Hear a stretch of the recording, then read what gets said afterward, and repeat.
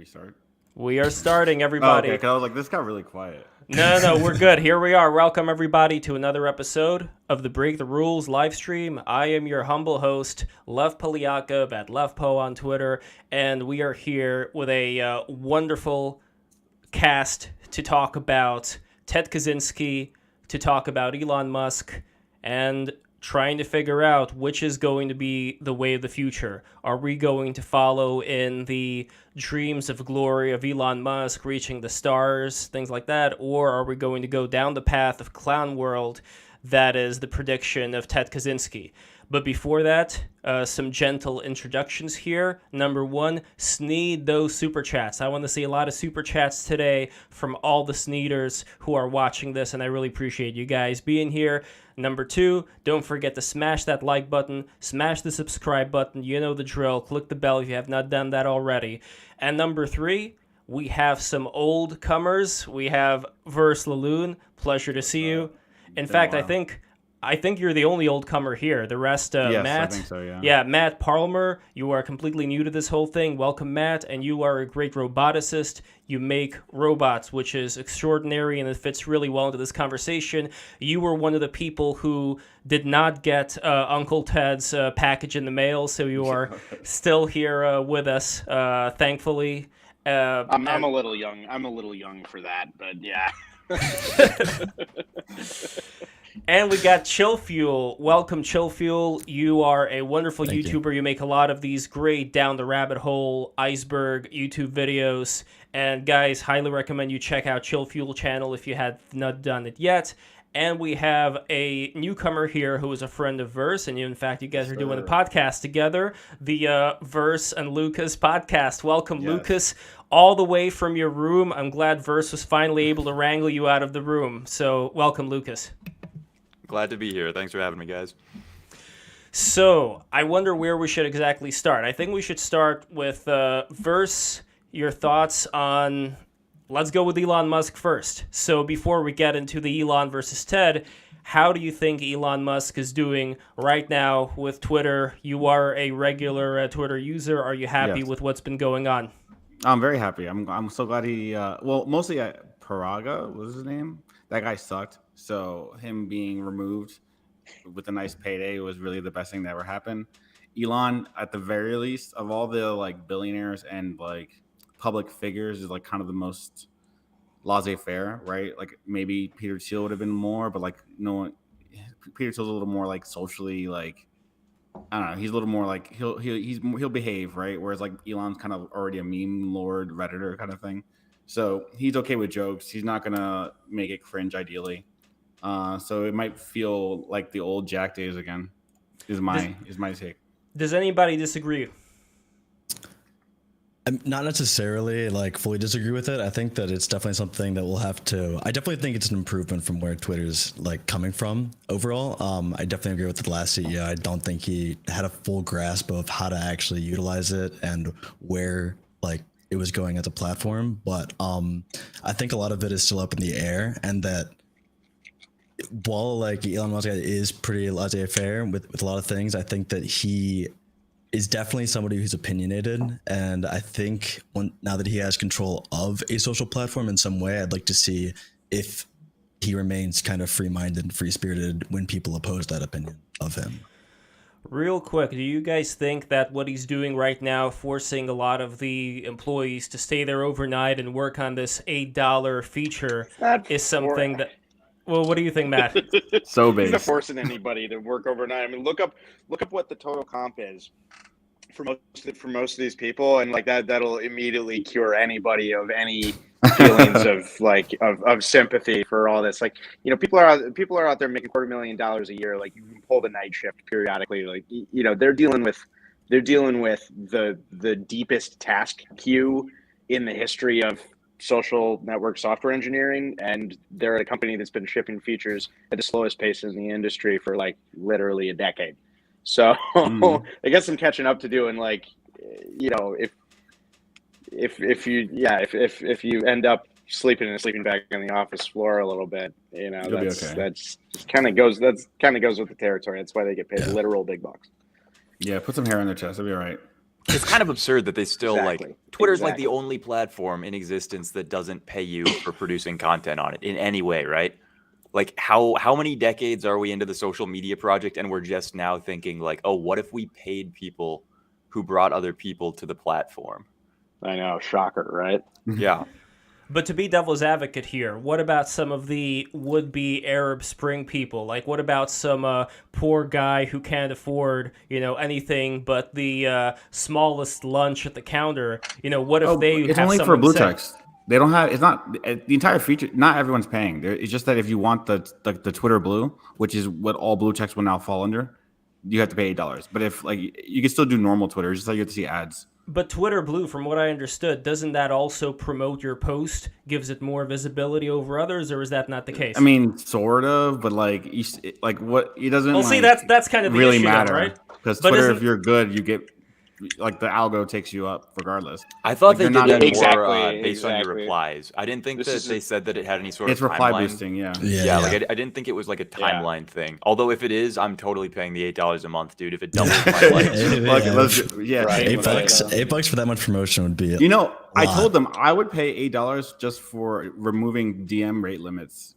That's $8. Like I get rate limited like every other day Yeah. because you can only send 1,000 messages, and like I do work and stuff in the DM, so it's like, and I have group chats. Right. I would instantly $8, easy, worth it. Yeah, and you can spend, or it's something like 1,250 tweets, but only like 1,000 DMs a day. The Twitter DM functionality is honestly like, it's absurd how bad it is when compared to literally every other app in the entire world. Like not even like I'm talking about like bullshit knockoff, like Truth Social, Gab, like all Or, of these other totally Co-Star. bullshit platforms. The Co-Star literally DMs are pretty Yeah, good. they literally have better DM functionality than Twitter, where it's like, and it is kind of amusing how bad it is because effectively it's like it's gone, right? Like with Twitter DMs, they implemented a search feature, but the search feature is so broken that like you have to press search like 500 times and it keeps saying, sorry, that didn't work. And then eventually RNG will let you actually search for the keyword you're searching for. But most of the time you don't want to do it. So it's usually just limited to whatever you can scroll back to, which is like a day or two before it rubber bands out and glitches. Mm-hmm. But then if we're talking about, for example, I don't know, avoiding a Chinese-style social credit score system, and here we have people submitting money and having their identity linked to these accounts now, isn't that at a certain point destroying anonymity, destroying the ability for, no? Yeah, I don't think we're headed towards like I don't think the failure mode here is Chinese social credit score. I think it's more likely pay to win dopa loop mobile Yeah, I agree. game. Yeah. That's the real because that's the real. I mean, that's certainly the direction I feel myself being pulled in, right? Like I'm of not, course, yeah. I'm not particularly Yeah, worried absolutely. about the other side of it, but the dopamine loop, right? Like if you promise me that I'm going to get twice as many notifications for paying $8 a month, it's like, Oh, that's yeah. a small fucking price to pay. That's so Yeah. bad. Yeah, I mean, it's main so vein. bad for you Chill to fuel? constantly be hooked up to this thing. I think that if it does get to the point where it's actually that beneficial to pay the $8 a month, if you are truly getting twice the amount of notifications, you're going to get to a point where almost everybody who wants it is going to have it. I mean, people are paying a huge amount of subscriptions per month right now anyways. I think that it's probably not going to do as much in the way of like boosting you up in that way. And so I don't really see it being a problem, as in some people are paying $8 a month, some people aren't. The people who are paying $8 a month are being heard where others are. I don't really think we're going to see that. I think that it's more realistic that a bunch of people are going to pay for it, and some people will have a slight boost from it, others won't, and that would be the end of it. Yeah, most people won't even notice the difference, honestly. Yeah. So if Ted Kaczynski, I want to go to him real quick, but before Matt, you want to say something. I want to go to Ted Kaczynski. I was just gonna say, yeah. Yeah, I was just gonna say I plan on paying whatever the heck they charge, purely as a civic contribution to help pull this platform off ads, because Twitter is special, right? Mhm. Like it is one of the few sort of cultural relic, obviously not UI relics, but cultural relics of like the internet before platformization. It's the least platformy of all the platforms. And I think that, I don't know. I'm hopeful that with additional revenue streams, they're going to make it suck less. By the way, your audio is kind of going in and out a bit. There may be a bad connection wherever you are. See if you can change Wi-Fi or do something. Will do. All right, no problem there. So back to Ted Kaczynski.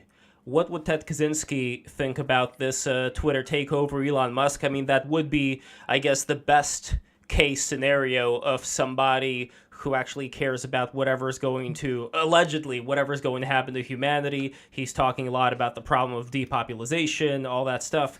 Somebody like that would be a best case scenario technocrat. But even there, what is the worst case scenario that would happen to this guy? That would be kind of the reason why I called this quorum together here. So who wants to go about Ted Kaczynski first? I know I want to pick... What would he do on Twitter? Not what that's actually an interesting story as well. I mean, I think he would be a great shit poster on Twitter, honestly. But like, Ted K would kill on Twitter. He'd be the guy who he keeps making alts, and everyone identifies him by his writing style, right? His Exactly. brother Oh yeah, coming literally, back and flagging him. He'd be like Mia or Hakan or something, where it's just like you recognize it the second you see it.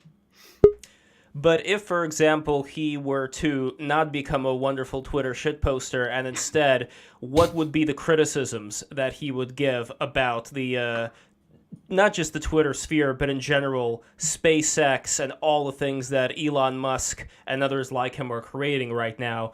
If, on one hand, we have this idea of this wonderful future that goes to the stars, what would be Ted's view of the potential, downfall of humanity here? And also, somebody is not having their headphones as tight because I am hearing a bit of background sound. I don't know who that is, but anyway, just want to throw that in as well.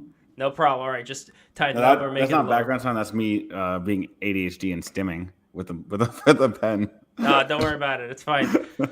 So yeah, I don't know. Like, Verse, what criticisms, as a scholar that I know you are of Ted Kaczynski, what criticisms would he give towards what we're in right now, towards this technological age?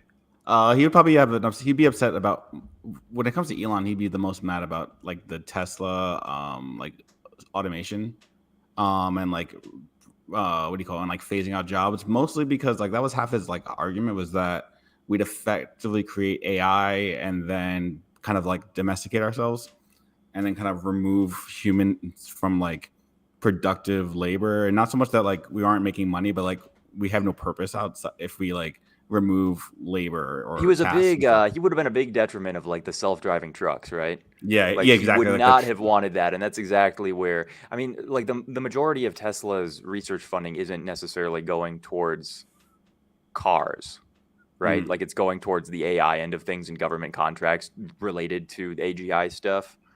So I don't know. That's kind of his arch nemesis, right? Is like the robots, the AI singularity here. So Chillfuel, is this something that you are concerned about? Am I concerned about any part of the technological advancements with Elon specifically? Yes, sir. I think that it's something that has a huge number of risks, whether it's artificial intelligence becoming too advanced and having some risk with that, or if it's having a utopian society where artificial intelligence can take care of everything. Those are like the doom and glory parts of argument for it. But I think that for the most part, there's going to be a lot of checks in technology advancements, with other companies competing with each other to create these artificial intelligence. And I think that just as one company could have a ginormous advancement in something, one of them could have a counter to it, or something that checks the power of that large advancement. And I think that we're going to see a lot of that coming up. So I'm not super worried about one individual really having all the power, because I don't think that they will overall. Do you guys agree? Verse, Lucas? Yeah, I mean, I don't think that necessarily Elon will be the overlord of the planet, but he might. But he's certainly at the moment pushing. He's at the forefront and kind of pushing a lot of like consumer scale AI and like defense contracts. Yeah. But I mean, at the same time, like there's other. I mean, all of tech research is kind of, a lot of our military funding goes into like tech research in general, and like software companies on like the back end anyway. So it's not really much different. If it's not him, someone else is going to do it regardless. Yeah. So that's why with something like Neuralink, for example, the worst nightmare for a lot of people is that one day we're going to wake up and our entire minds are going to be connected. There's not going to be any more individual imagination. We're all just going to be stuck repeating whatever happens to be the fad at the time. No. That's not my concern with Neuralink. No? My concern with Neuralink is when like your subscription runs out or you say the wrong word, and now you have no access to your memories, and they're like fucking they're like token gating your memories. You know, my concern with Neuralink is any sort of realistic implementation of it. I see as like they say, okay, we'll allow you to spend 4 hours in the pleasure dome, but during this entire time, we'll be outsourcing 15% of your brain's compute power to running ad optimizations, right? Exactly. It's like you're gonna get malware in your brain, honestly. It's a similar thing like in Futurama where Fry was having a dream and the dream had a sponsor for that dream. Like, this dream is brought to you by whatever the hell. And now that there was this Russian company that's planning to put satellites in the sky to broadcast holograms of adverts. So when people look up in the beautiful starlit sky, they're not seeing stars. That's so bad. Yeah, that's awful. That's so There are so many of those frontiers where it's like, what? Like, Elon can effectively, like, advertise in the sky now with his Starlink satellites if he wants. And, like, he can't. But, like, he effectively can, right? Because who owns space? Right? Yeah, so like I forgot that the U.S. federal government owns space. It's is it maritime law? You know, it's like Yeah, that was the law that the guy was quoting, the one who killed the people in the car crash. What's his name? The black dude who killed people in what? In Waukesha. That was the recent trial. No Do you guys remember? No, I only know about maritime law from the Simpsons episode. All right, well, where they had monkey fights on the boat. I don't remember his full name. I think his first name was Daryl. Oh, Daryl Brooks. That's it. So there was this crazy dude, Daryl Brooks, this black dude who was in a car and he crashed into several people in Waukesha, Wisconsin. This was intentional. Like, he wanted to crash into these people. And when he was in trial, he decided to represent himself. He fired his lawyer, and he was quoting maritime law as a sovereign citizen. That was his. Wait, he went like full Dale Gribble? Seriously? Yes. Wait. Was this that like really bad defense that I saw recently going around? Everyone was posting a bunch of like 90-second clips of this guy just saying like absolutely incriminating nonsense. Yes. That's the guy. He was talking about lawful law. That was the thing that he kept repeating, lawful law. He was like calling witnesses who were saying like, yeah, you did it. And he'd be like, I rest my case. And everyone was like, what? I love anyone who like wants to represent themselves. That's like peak comedy. I cannot believe that's allowed. I would do it in any situation where it was both like extremely trivial and I knew I was fucked anyway, as just like a publicity stunt, right? Like, you could go giga viral doing something like that. But the idea of like, if I fuck this up, I'm behind bars for 25 years. Anyway, here goes. Here we go, boys. Not so much. Yeah. Yeah, I guess it gives people a little bit of entertainment. But that's the other weird thing about today. Like, Alexander Bard always talks about how now the time consumption, attention economy, that's what's going to be in focus for a lot of people. And everybody's shilling. I'm shilling. You're shilling. By the way, guys, make sure to subscribe to Break the Rules, and make sure to subscribe to Verse and Lucas podcast, one of the greatest podcasts of all time that has recently come out. It's true. It is true. But anyway, because of that, though, how much of us as individuals is necessarily left? Like Chillfuel, you're a very successful YouTuber, you've done a lot of wonderful videos, and you've grown quite a substantial fan base with like 200,000 something subscribers on YouTube. Do you feel like in this technological age, like one of the things that Uncle Ted would be concerned about is the loss of yourself as a sovereign individual when you have all of these people that are vying for your attention? What do you think? Does this something that does it affect you? I think that it definitely brings a whole other aspect of your self identity and how you present yourself, how you want to be seen, into question, which I definitely think he'd take issue with specifically. Because I mean, he was somebody who is very against having all of this attention and ideologies and saying words that you might not necessarily mean, but because it's going to give you attention from others, or because you think it's the right thing to please somebody else to say. And I think that looking at like your self-identity is going to definitely change how we represent ourselves online as more and more of our life starts being online, and we start to see interactions between people becoming more of an online based thing than a real life thing. How you present yourself in that online space is going to become more and more important, which is kind of scary in a sense. And do you find that now we are being, no doy, we're being divided politically, but in very concrete tribes? Like Verse, for example, do you find that the people that you're around with a lot, what they do share in common is that no matter what political persuasion they are, most of them are going to be against the establishment? Would that be No, not anymore. Before, yeah, but I've been trying to. We're selling out. We're on the. You're being a good boy now. Yes. No, yeah, I'm behaving We're myself. going full on neoliberalist here, man. Yeah. We're putting the flags in our bios, and we are doing anything we can to grift it up. We just gotta get money, get paid is what we're about these days. No, I've cleaned up my act a little bit because I started getting hired on Twitter, and so I had to like be a little bit less insane, but also as you get bigger, it's hard to like get too outlandish because you like face bigger punishment, you know. And there's more. That's I feel like eyes on what you're saying. Ted would have like the biggest issue with, right? Like we kind of talked about this before, but at a certain level of like creating like a follower base or anything, or having like a public perception of you, it stops being like you, right? You have this constant simulated image in your mind of what like the avatar of yourself is in your audience's mind, and you're acting always within that frame. And like you can go out of it if you want to, but it's bad for engagement, right? Like you lose people or you piss people off or whatever. And so like everybody has like a sort of trade-off that they have to make between like agreeability and sense of self. And everybody has like a different place that they fall on that spectrum. But like if you go max agreeability and just go with whatever your audience wants and wherever they want to take you, you can grow really fast, but you become like a non-person.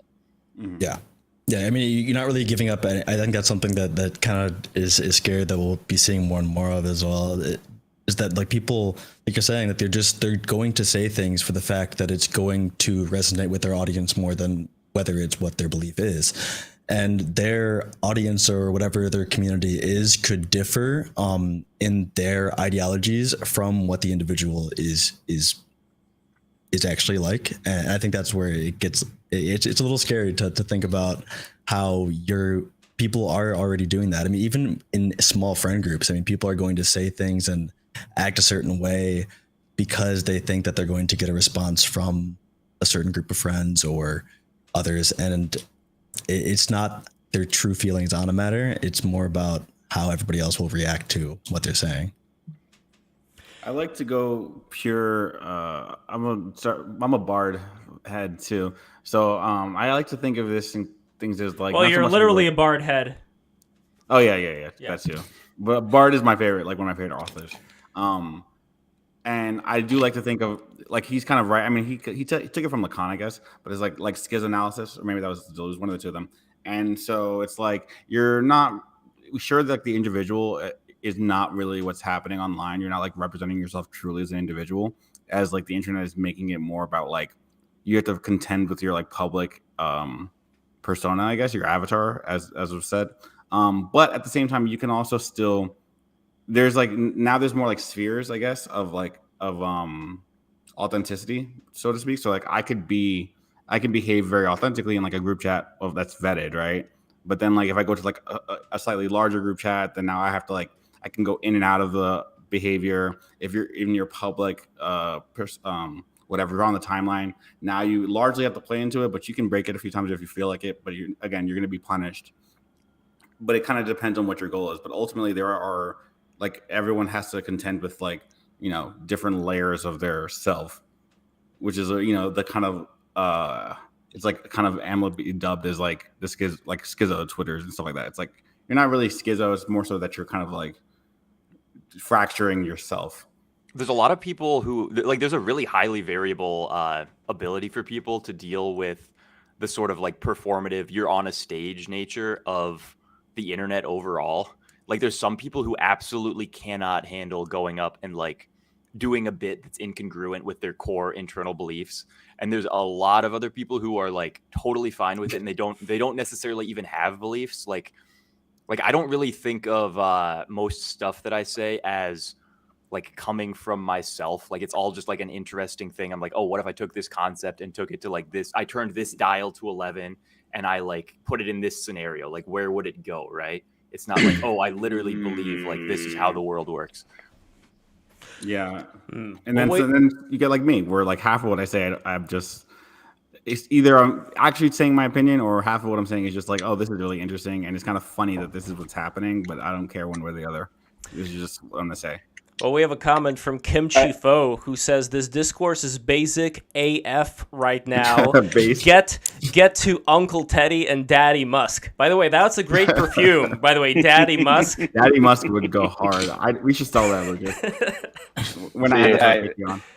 Yeah. So Matt, you haven't spoken for a while. Let me know. Okay, so back to the original conversation here: Elon Musk versus Ted Kaczynski. Where do you personally stand? Oh, I think it's pretty clear that to most people that I definitely come down on like the extropian, fully expressed, let's move to space stations side of this. I would say even more so than I don't know. I'm probably on the dimension where Elon is considered to be a growth. Growth as rapidly as possible to, up the Kardashev scale, radical. I'm probably further down that line. Completely unironically. Kaczynski is interesting though, because I think he picks out a lot of aspects of modernity that are really soul crushing, and I think that that concern for humanism is going to have to come into synthesis with the ideology of growth and of at the cosmic scale in a way that actually enables humanity to perpetuate itself rather than just give birth to some like gray goo that then just consumes everything around us, and that sort of thing. The good future is one where Ted Kaczynski, gets cloned and wakes up on like National Park Earth, like 200 years from now, and says, hey, you know what? Actually, this kind of turned out all right.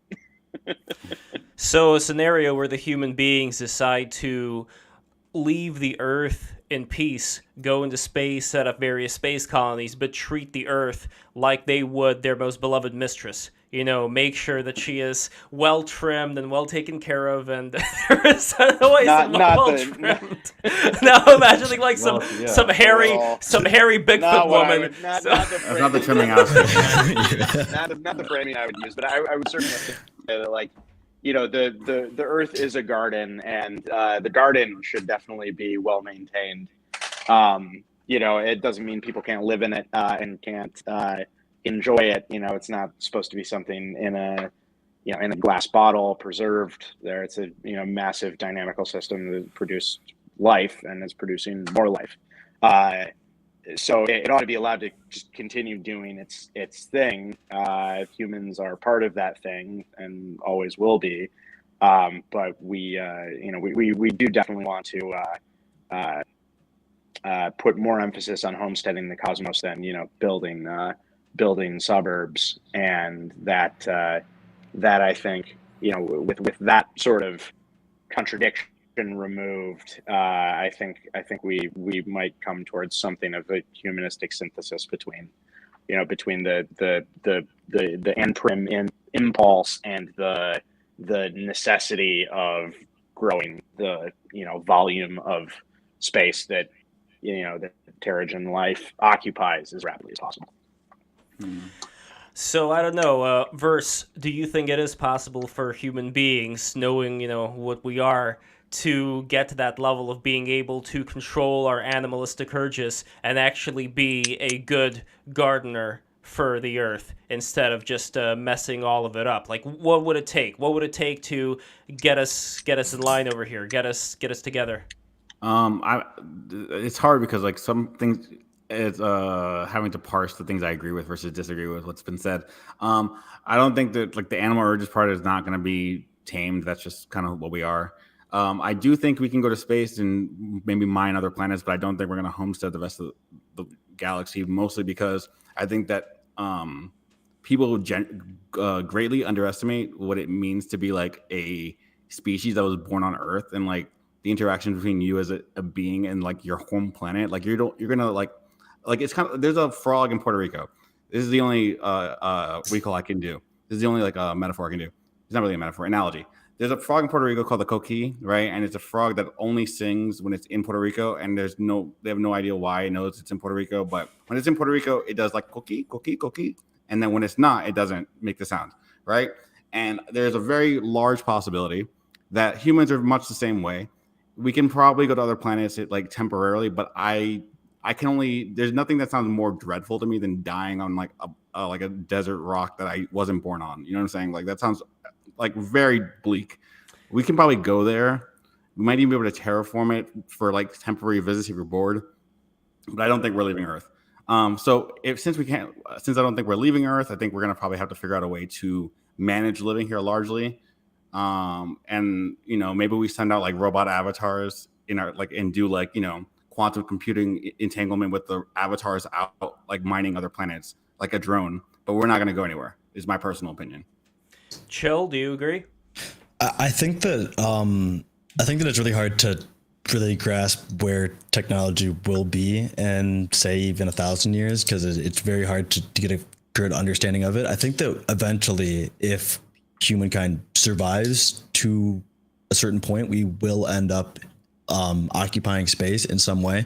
But I do think for a much longer time, it will be easier and cheaper to develop more and more on Earth, whether it's going higher, wider into Earth, like to occupy more space on it and to allow for a higher population. Even when it comes to sustaining food, I think that most of that is going to be done on Earth for a very long time before we could look into space and say, hey, this is now where we need to go. Because it's just so much of our existence is, and what makes life possible for us is based on the planet. And so I think it'll be a lot easier to transform more livable space and more farms and such for us to live on than it will be to go out into space. And we'll see a very abstract Earth before we see a civilization living in space. What do you mean by abstract?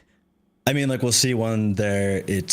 I think it's likely for us to live in a world that is basically filled with high rises and ginormous macro farms that are in the high rises, and some of them are livable and like that, rather than it is for us to go out in space and have an Earth that still looks like it does now, when there's some cities and some parts that are not as occupied. I think that it's much more likely for us to have a world that is much higher, like before we end up moving out into space. I think it's much more likely for us to basically maximize every livable area we can on Earth. So I want to get to that, but real quick, I want to make sure, can you tap on your microphone? I want to make sure that it actually is the microphone. It's not the microphone.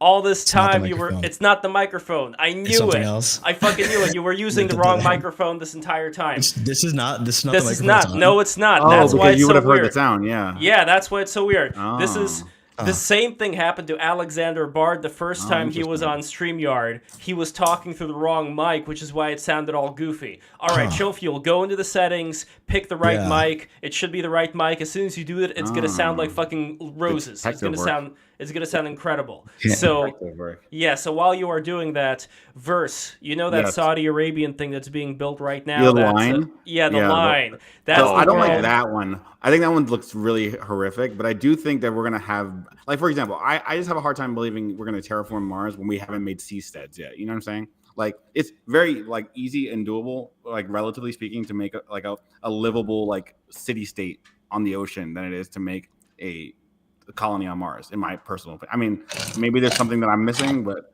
I just Yeah. don't understand how you could do one without the other. So I would live on a seastoad. I'm not the line sounds Maritime actually law. Yeah, Maritime the law. maritime right? law. Yeah. Maritime law. I would say this. I think people drastically misestimate the difficulty of settling deep space relative to the difficulty of settling, say, Mars or what have you. Mars is actually very difficult, particularly from a human well-being perspective. But we are I think it would be way, way easier to have a 1 million person halo ring out in the asteroid belt than it would be to have like 100,000 person colony on Mars. And I think that the halo ring would be a lot nicer place to live So like on. the line, but Mainly because you don't have to climb up and down the gravity well, and the gravity well, once you get down there, is so if you're on a spin hab, the spin hab can simulate 1G all the time. If you're on the surface of Mars, that's not quite 1G.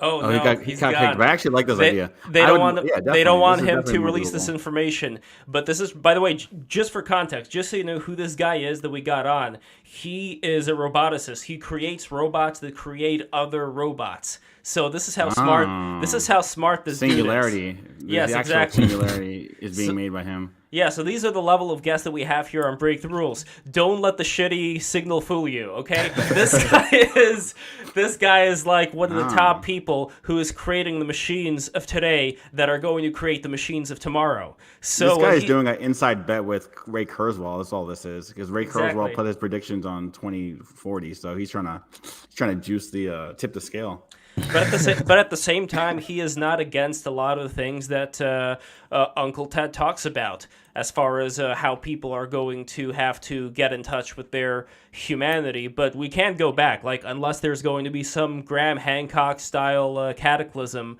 there's no way going back. But that is the other interesting thing. Like, how many of you guys Verse, you know Graham Hancock? Mm-hmm. Yes. Lucas, Graham Hancock fan? Graham Hancock head?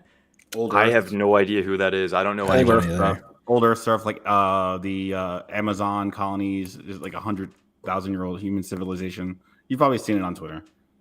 Well, Verse, can you get a little bit more? I'm not like a super detail? big Hancock head. I did read the American Gods. Is that what it's called? American one with the Indians, like the Native Americans, with like the serpent mound, and they were showing that there's evidence that that there's been multiple migrations to America, and that like I think the estimate of like 12,000 years ago is ridiculous, and that it's very likely that there in the multiple times that the Bering, what is it called, the Bering Strait melted or like froze over rather, there were multiple migrations going back like more like 100K years, because when they talk to natives of the town and they like find records and whatever, there's like the oral traditions or whatever is like, this was here when we got here, right? So it's like, this is and there's like other stuff about like how the Amazon rainforest was terraformed, right? And there's a civilization there that we pretty much know for a fact it was terraformed at this point. So right, there's a civilization there before the one we thought. Like of course there's like a Tanata, what is it called in Turkey? Göbekli Tepe. Göbekli Tepe. Yeah, there's that. There's a increasing amount of evidence that there were civilizations earlier than we think, which would indicate that our timeline is wrong. So that's basically like the Graham Hancock like TLDR. That's a big part of it. The other part of it that relates to the cataclysm is that since there may have been this giant cataclysm around 11,000 years ago, it may be likely that these cataclysms recur on a regular basis. And he's been talking a lot about how we're overdue for one. So Mount St. Helens got to go. We got that super volcano. It's gonna pop. It's over for us. well, there's a couple of things. Like there's Mount St. Helens. There could be a rogue meteor that can crash into the Earth. The sun. We always forget about the sun. Yet it's right there, and it's been making some weird stuff recently. So all this can have a drastic effect on the Earth, and all of these great civilizations that we've built up You know, just like in the flash, they could be gone, and we'll have to start again. And it makes me think about whether, like, I don't know where you guys stand on whether life is pre-planned in a certain way where we have like just a certain amount of time to get it right, and if we don't get it right and if we build up and it's too big, then the ant farm is going to be shaken and we're going to have to start again because of our hubris of not being able to find out how to love each other, and instead just like building up without actually working, you know, on ourselves in the inside. So that's one way of looking at it. Another way of looking at it is like this is all completely random and we're just given these pieces born by circumstance and we deal with them however we deal with them. So I don't know. Those are the two varieties. Which ones do you fall into? Let's start with Chillfuel. And by the way, somebody, again, like when I said that verse, it wasn't about the pen. There is some sound of me talking coming through from somebody's audio. I'm not sure from whose, but it is happening sometimes. So my recommendation is just slightly lower your audio output. Let's see. Maybe it's me. I have open back headphones. Let's try. All right, no problem. But anyway, Chillfuel, which theory do you stand by more? That this is all just like randomness, or there is a plan here? I think that it's like, for the most part, I think it's nice to think about. And you like, sound so nice. Good, by the way. Just wanted to say you sound so good now. Okay, it's great. It's okay. Yeah. Sick. Yeah, I think that it's nice to like kind of daydream and think that we have some type of purpose. And that like maybe we could be going down the track of like, oh, we have a certain amount of time to get this right, and that this is we're somehow a test that's going to be used for something, or there's some greater goal in mind. I think it's like nice to think about and kind of daydream. And it definitely is a possibility. But I think I would probably side with randomness for the most part, and it just because the lack of evidence of anything being planned. And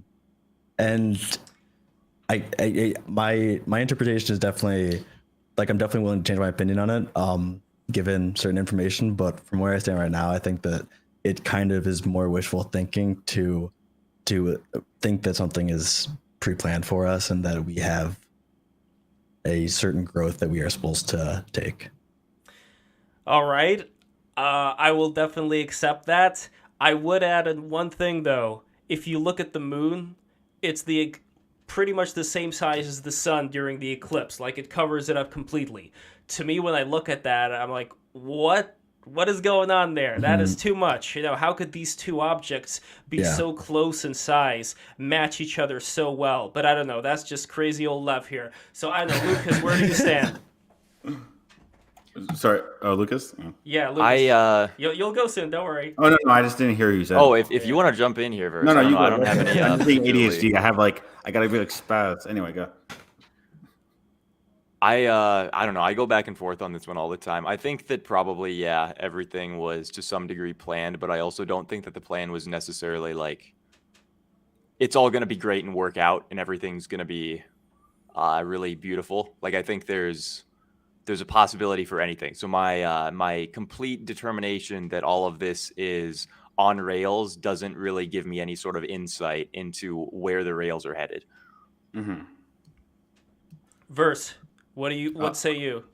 I think that you could do both. I mean, like, maybe it's because I have like my maths like background, but like, you know, I don't see why you couldn't do like kind of basic rules that create random, like make really complicated like patterns, right? Kind of like procedural generation in like programming or like recursion, stuff like that. It makes you know, a lot of like, you can there are like basic systems of equations that can make like chaos, right? That you can't predict one slight change in the input and what the output's going to be, or rather one slight change in the input would make a completely unpredictable output, right? So it's like, I don't know. I think that you can have both. I think something could be have very precise inputs and then still create a really complex output that's not like predetermined, right?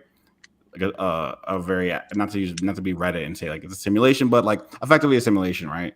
Mm-hmm. You don't know what's going to happen. That's why you're simulating it.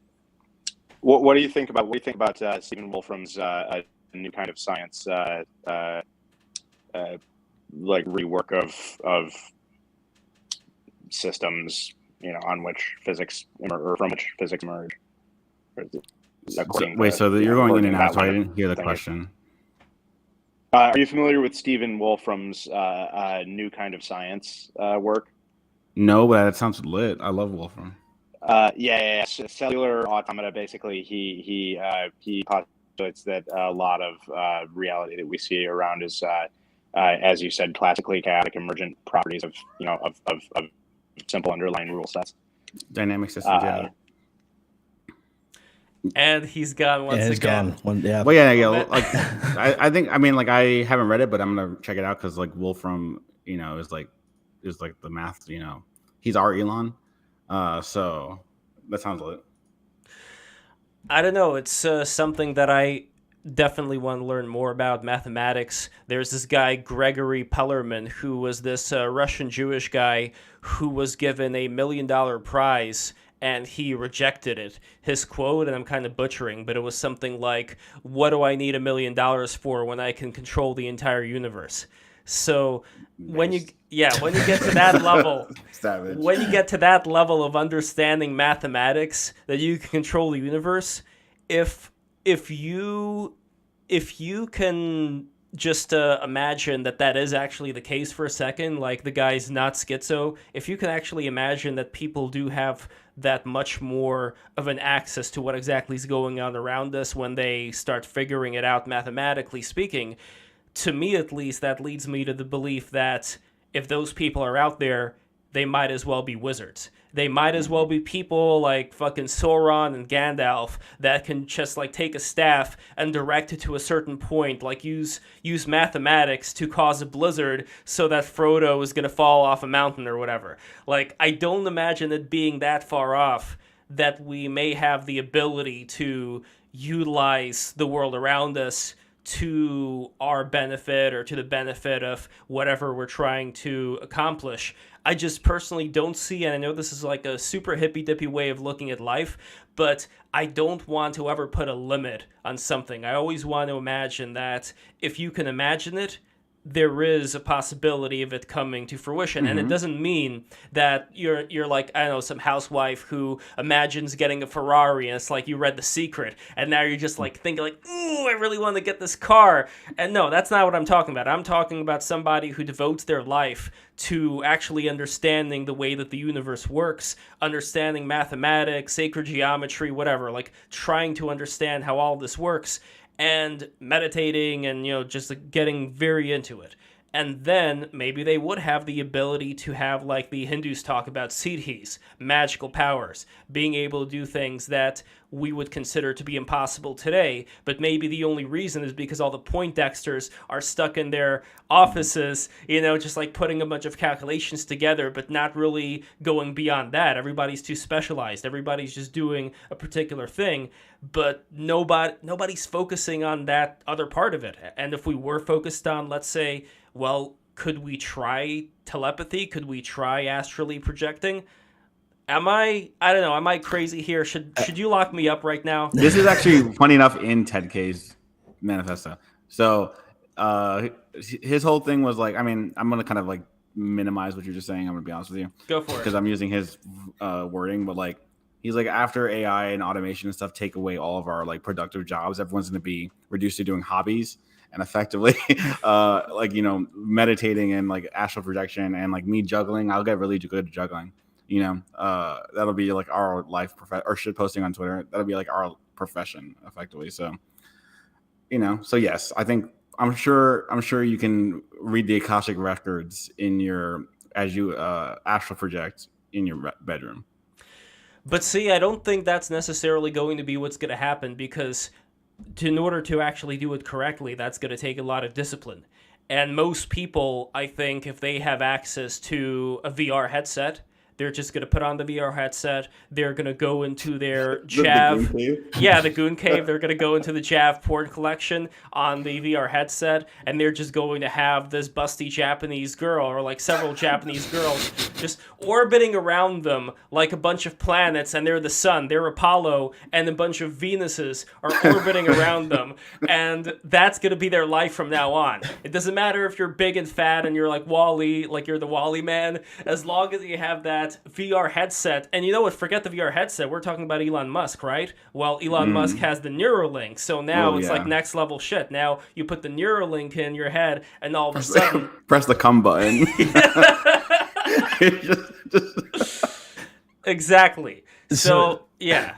So you're basically like your idea behind it is that are we going down the path of missing out on some sort of further, like I guess self advancement of like the mind by advancing technology to a point that we're so stimulated and over exerted online that we don't have the concentration to be able to do these things that we have the potential to do? Is that the general? Exactamundo, Telemundo. Yeah. So I think that like my main like kind of counter argument to that is that while there were people that that devoted their lives to meditating and trying to reach like a higher existence in some way, while they didn't have the distractions that we have today, they had a million other distractions on their mind as well. Like what they're going to eat next, where their food's going to come from, how they're going to provide. And I think that as we advance technology further and further, we're going to end up kind of doing the opposite and being able to have more time to ourselves. And while we can be distracted, even if we have that time to ourselves and we can be stimulated all the time, I still think that the overall like brain power that we can put towards doing things that would be along that line are going to be easier to do in the future than they are. But what's the pressure? What would be the pressure for us to do that? Because like, let's say you're living in ancient India. Yes, if you're a householder, you have to mind your property. You have to fix the door. You have to fix the toilet. They didn't really have toilets back then, but you know what I mean. Like, I'm not gonna. No. Okay. Thank you, Burst. Thank you. Stop me. I got you. Okay. So there was a story about this guy Gopi Krishna who found that he had Kundalini going up and down his back, and his father went away from the family because he wanted to achieve enlightenment. So what he ended up doing was he left this poor kid, Gopi Krishna, he was like in his teens, with his mother, and the old man just bailed on him, Maury style, when he finds out he's not the father, even though he is the father in this case. And he ended up going all the way to a cave somewhere and living this ascetic life. And his trade-off, being a householder, was that he just became, an asshole. Because you have all these responsibilities you have to do living in India, and it wasn't that long ago, like this was like the 50s or whatever. You still have your responsibilities, but there are certain places that are set up in India, ashrams and the like, where you can go and you can seek enlightenment. But because you end up abandoning your entire family in order to do that, that's a hell of a trade-off. And I think that back then, people were aware that they had to kind of balance those things out, and they helped each other. Like when they weren't assholes, it was advisable that you could be a householder and you can seek this higher knowledge in your spare time when you get a chance, instead of just like only choosing the path of renunciation. By turning everything that you do on a daily basis, like washing the dishes or whatever, you turn that into your karmic activity. Like you do all of that with a lot of self-awareness, and everything becomes training. Like every single interaction that you do in life becomes a form of yoga. And the difference is that when you put the VR headset on, how often do you really have a chance to train yourself, as opposed to just being spoon-fed a lot of things? Like even today with the smartphones, I'm not even going to get into TikTok, but like any piece of technology that we're using right now, it's not as much of an opportunity at all to train ourselves in the same way, like not weaving a basket or doing something, very basic, or, fixing the door like the fucking person in the chat was talking about, or like, Lev can't fix the toilet, whatever. Anyway, listen, bitch, I'm not going to get into it right now, but the point is that I'm not going to get into it right now. But Lev's tilted. But the point is that if we get away from doing a lot of these handyman activities, and we're only absorbing the electric information that is being broadcast to us, now we're losing another way of achieving enlightenment. We're losing the opportunity to get that yogic training. So that is why I disagree with Chillfuel. Okay. I understand what you're saying by that. I have a question that I want to pose to you that kind of revolves around that then. And that has to do kind of with whether or not this technology could further advance our ability to do that. I mean, sure, there are a lot of things that you can look at technology advancing and seeing us as being something that is only feeding off of quick little bursts of stimuli and dopamine rushes and trying to get every little piece without actually thinking at all. But is there a possibility that this technology could advance to a point where it could coach us, or it could help our brain even get to the point of getting to this enlightenment type of deal that you're referring to? Do you think that's possible?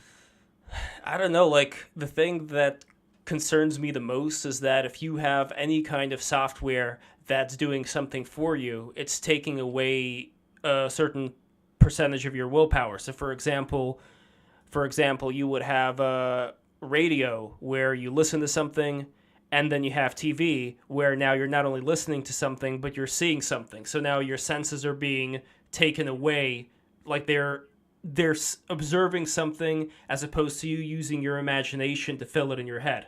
Sure. So I guess the ultimate thing would be like a book. You read a book, and beyond just imagining a story yourself, with a book, like, you're reading something, but then you can imagine what something looks like, what something sounds like you can create an entire universe in your head just by using the simplest of things, something that's like written down on a piece of paper. So when you add more things to that, and now you're adding in computational ability that's being serviced to you by some machine that's in your head now, how much is it your actual willpower that's doing it, and what does that mean for you as an individual? So I don't know. Yeah. I mean, even think about it in a way that it's not necessarily the technology is doing it for you. I think that it's kind of hard to visualize it, but the first thing that comes to mind for me is if you guys have watched Black Mirror at all. Mm-hmm. Have you seen the episode White Christmas, where the entire episode kind of takes place in this it's all just a guy trying to get somebody to make a confession, another guy, and they're living in this log cabin, and I believe like Antarctica or something, where one of them is trying to basically get the other one to confess to a witnessing a murder that happened in real life. And that the entire episode is taking place inside of this simulated world where they were able to upload the consciousness brains of two individuals completely, so that he could kind of interrogate somebody over the span of 10,000 years, let's say. And people, even in this world, serve out their sentences in this virtual world where their feeling in their mind feels like they are trapped inside of a space for 10,000 years, where it could just be an hour. And so when I'm thinking about technology advancing, and whether it could help us out with that, I'm thinking if you could place your consciousness inside of a black space, a white space, where you can't interact, you can't feel anything, you have no sensory things except for your mind that can imagine it, and you're stuck there for 10,000 years when in reality you're actually only there for an hour. Could that help us reach this enlightenment in a way that we could never do before? I'm not trying to get Tsukiyomi'd. That's not for me. I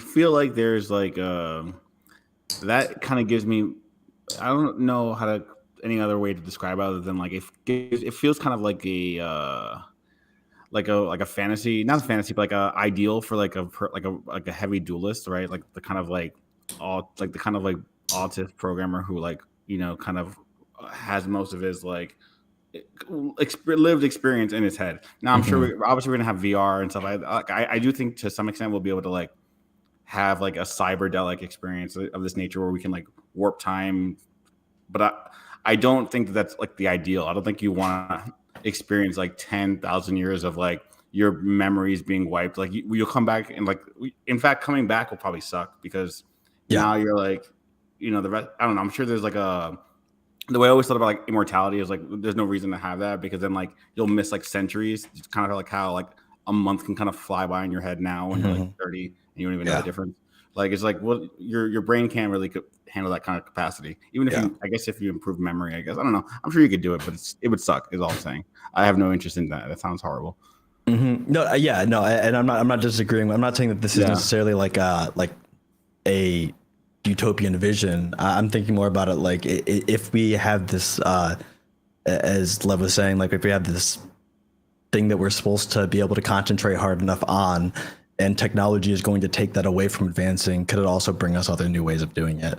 And it is true that like we do have like that we do somehow have time dilation kind of like in our brains in itself. I mean, we know that when somebody's dreaming, they could experience what they feel like is hours of a dream in just a couple minutes. And that's something that I think is interesting to think about if we could simulate that in the future by releasing certain chemicals and making people feel certain things while they're unconscious, but making it feel like it's going by a lot further in time. But yeah, that or time seething.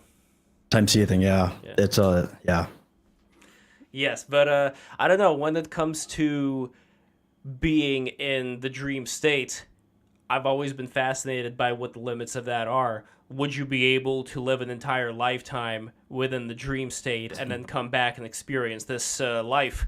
An example would be, have you guys played that wonderful game, Chrono Trigger?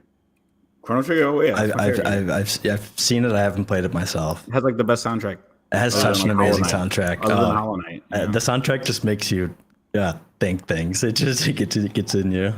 So one of my favorite soundtracks from that game was the Kingdom of Zeal one. That's the floating islands. So when they went to the Kingdom of Zeal, one of the areas they went to was this castle where people were sleeping. And the reason why they were sleeping is the technology and the magic. And it was like both. It was like technological and magical at the same time. And it's gotten so advanced that the people were able to just go into these dream states, into these parallel dimensions, and live other lives there while resting comfortably in their bed. So in a way, that is also kind of like becoming an avatar. We were talking earlier about, what if we could just get ourselves as avatars into these various planets so we don't actually have to sacrifice our entire life of having to travel there and, mine asteroids and shit.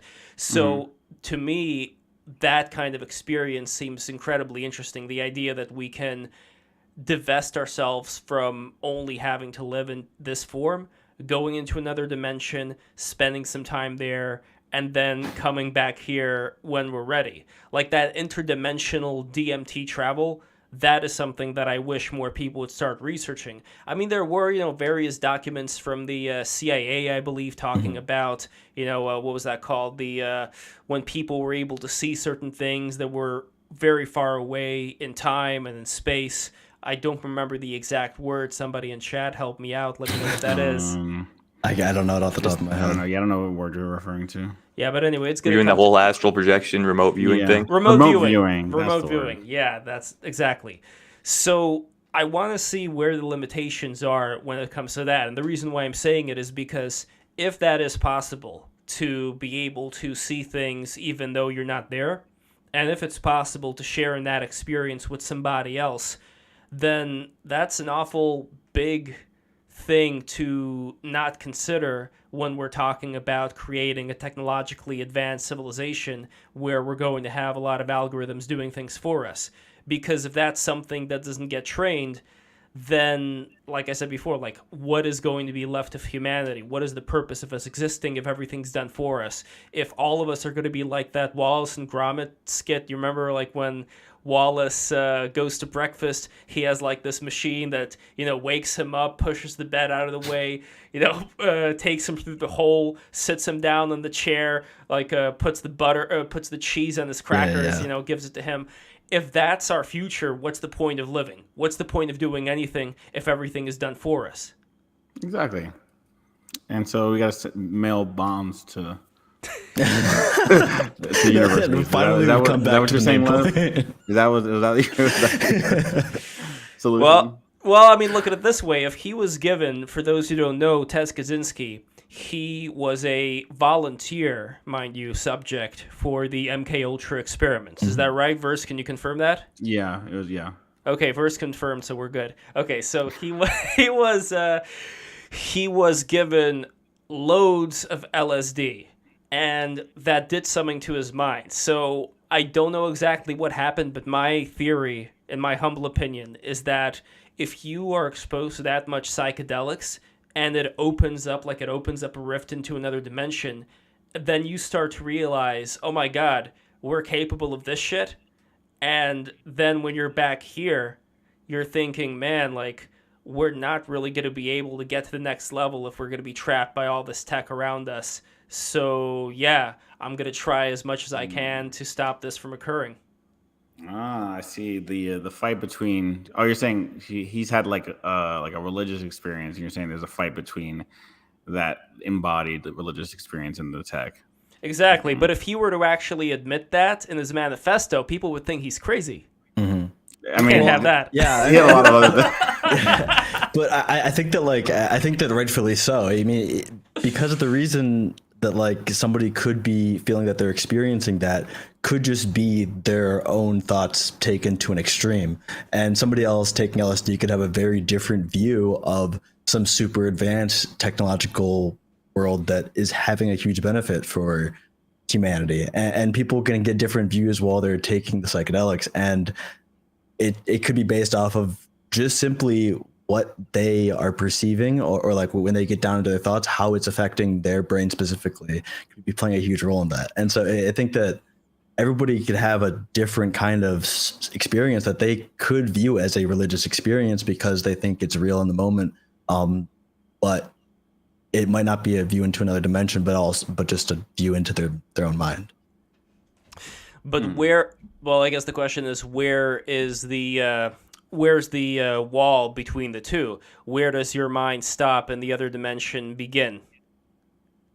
There was a Buddhist quote, I think it was from the Tibetan Book of the Dead, when they were talking about how when you die, you see all these various angry gods around you, and how all those gods, they do say, like, these gods, they're all in your mind.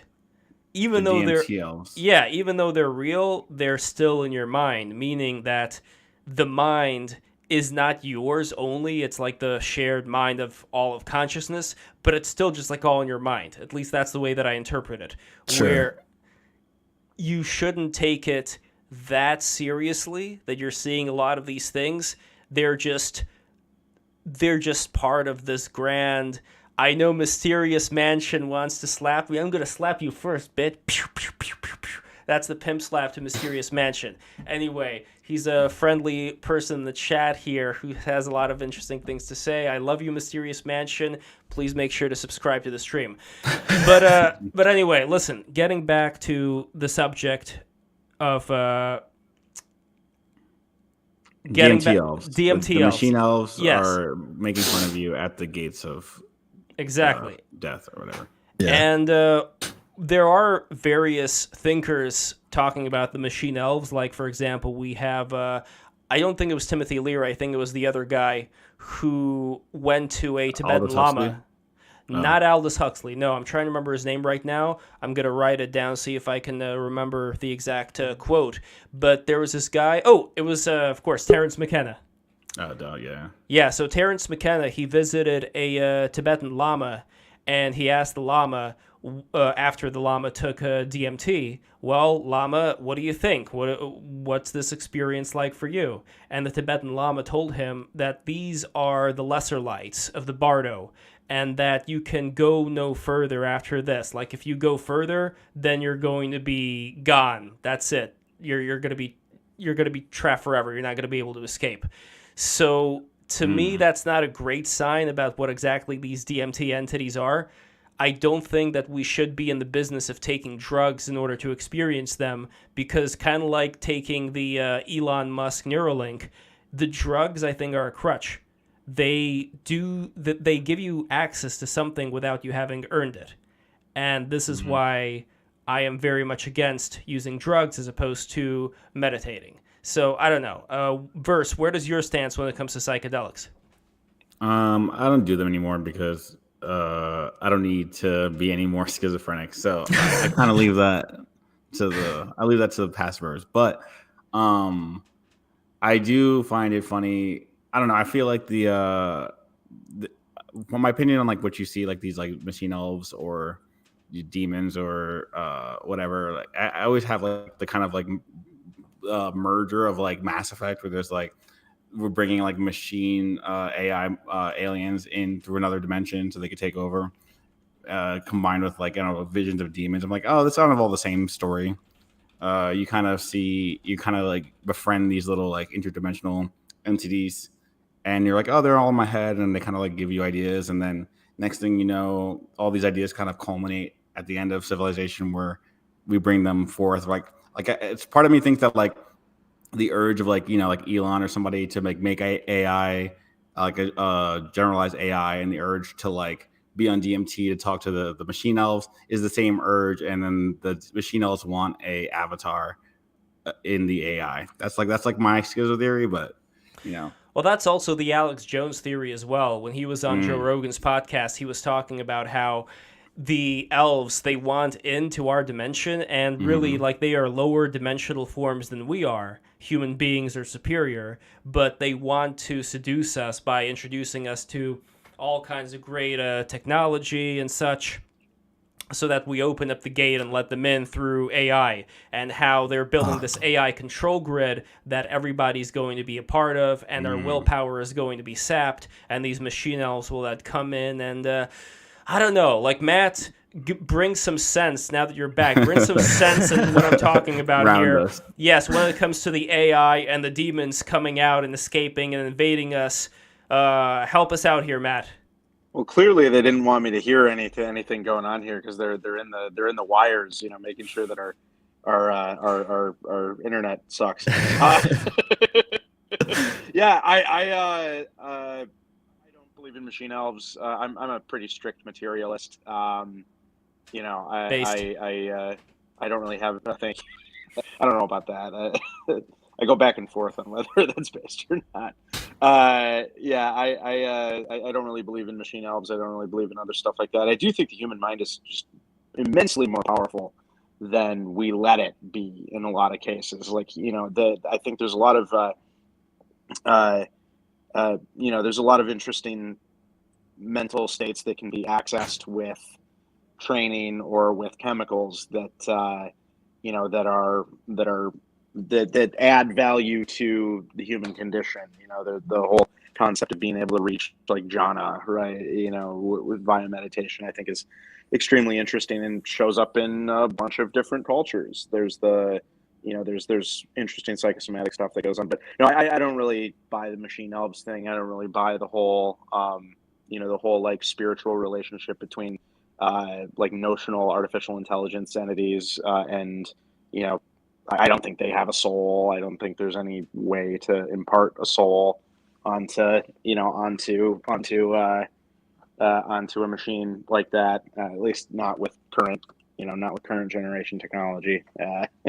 You know, maybe shit will get a lot weirder in, you know, once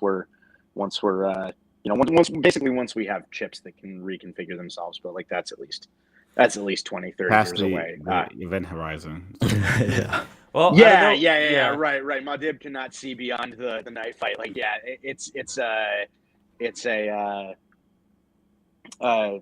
you know, I think there's definitely room for like something kind of like spirituality, I guess, but I don't know. I don't really connect with that. Well, there's a smoking. What is the larger question though? I mean, okay. Well, here's the smoking like, gun. You know, psychedelics, right? It's more about human willpower when I talk about psychedelics. Not so much about whether there is a spiritual land or not, and we can get into that later. But more about the idea that if you give your willpower over to a crutch, like if you get. I mean, there's two ways of looking at it, and I think they're both pretty heckin' valid. Number one is if you take psychedelics, you're not really training yourself to appreciate the world at the same level as you would with a psychedelic. So for example, for those who know me, you know that I do the meditation stuff and like I have various visual things that occur during that time. And Yeah. I think that if you limit yourself to taking the psychedelics in order to achieve that, while at the same time, if there are beyond whatever I've experienced, there are stories of people like use the word jhana or yana or however you pronounce it, these transcendent states that sorry. No, I think you did better than I did. Anyway, when there are these states that people get into in a totally sober way, there was a very interesting book that I read about this called Mastering the Core Teachings of the Buddha, where they talked about these states having such interesting results where you would be able to generate like a full blockbuster movie inside of your head, like highest budget, anything you want to see. Like imagine the clearest dream you've ever had, but then being able to do that whenever you want to and seeing everything, like not imagining it, but actually seeing it in real time. That is something that to me is incredible just to consider the possibility of that being done. And I know that there are steps, baby steps that can be taken to that because I've experienced them myself. So when I imagine that and then imagine somebody burning themselves out on psychedelics where now you have this artificial thing that's doing it for you, I can imagine that's going to be that helpful towards you being able to utilize, call it willpower, call it whatever you want, in order to achieve those ends. So that's more of just like a material view. But real quick, the spiritual view would be that if there are certain lessons that you should learn through being in these states, you're getting them too early. Like you're knocking the door down before you're allowed to enter the building, if that makes sense. So that would be more of like a karmic way of looking at it, if again there is such a thing. Yeah, so that specific book actually caused a significant rift within the particular subculture with which I'm most closely affiliated, and was actually considered to be one of the original great info hazards, like a piece of correct information that could potentially make your life a lot worse. And we're talking about mastering the core teachings of the Buddha. That specific book. I fall into the opposite camp. I'm more of a better living through chemistry kind of guy. I think that ultimately what is happening in there is a chemical state, and if it exists in reality, it has to be at least to some degree reproducible. And if you can reproduce it via meditation or via large quantities of psilocybin or large quantities of DMT or what have you, I don't really see that huge of a difference between the two, but I do think that the idea of like developing a sort of mental discipline around that kind of psychotic enterprise is important, just because you might. I've done a fair amount of psilocybin, and in large amounts, typically whenever I do it,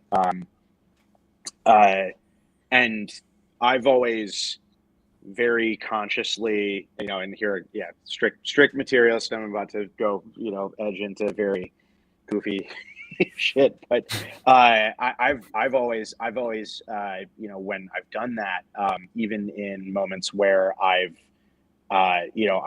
sort of cease to have access to like the idea of the ego or of the self or what have you, I still through an enormous amount of effort on the front end of that sort of thing, and then also just sort of this like passive contemplative return to it. I always hang on to this thread of like connection to reality, even if it's very, very tenuous. My brain's still doing like an updating loop on the data that it's taking in. It's just the like analogy breaks down the codec, if you will, in your brain that's taking raw sensory inputs and then making sense of them might be broken, but that doesn't necessarily mean that your brain is broken. You're still remembering things, therefore you can still to some degree, just as you would with like a lucid dream or something, reason about things within the context of that environment. And I think that I think that a lot of the a lot of the meditative, like Buddhist sort of stuff, is centered around building discipline and also enlightenment hand in hand. I personally think you should develop a highly disciplined way of reasoning about the world, irrespective of how many drugs or how much meditation you're how many drugs you're taking or how much meditation you're doing. And to the extent that that differs from from like the ultimate ends of Buddhist practice, I'm not really sure, but I don't know, that's kind of how I view it. Well, there is a problem with, let's say, people getting too spaced out. I mean, let's say a lot of the Burning Man crowd, they get into that mindset so much that they stop being grounded into reality and they spend all their time in the clouds. But that is, again, I think it actually goes more to my entire thesis here about the psychedelics being kind of the problem. Because if you're relying on these external things to bring you into these states, and I think like somebody like yourself, Matt, you are going to fare way better than a lot of other people just because you do have this grounded sense of reality in you to begin with. But for a lot of people, I've seen people, that they seem to be kind of like the whole hungry ghost stereotype, like they seem to exist for the sake of having these experiences, and when they don't have these experiences, they can't really sit there quietly being able to just like use their fucking imagination and just generate whatever the hell they want. And that to me is a big issue here. Do you think that this sort of thing is kind of related to the ability to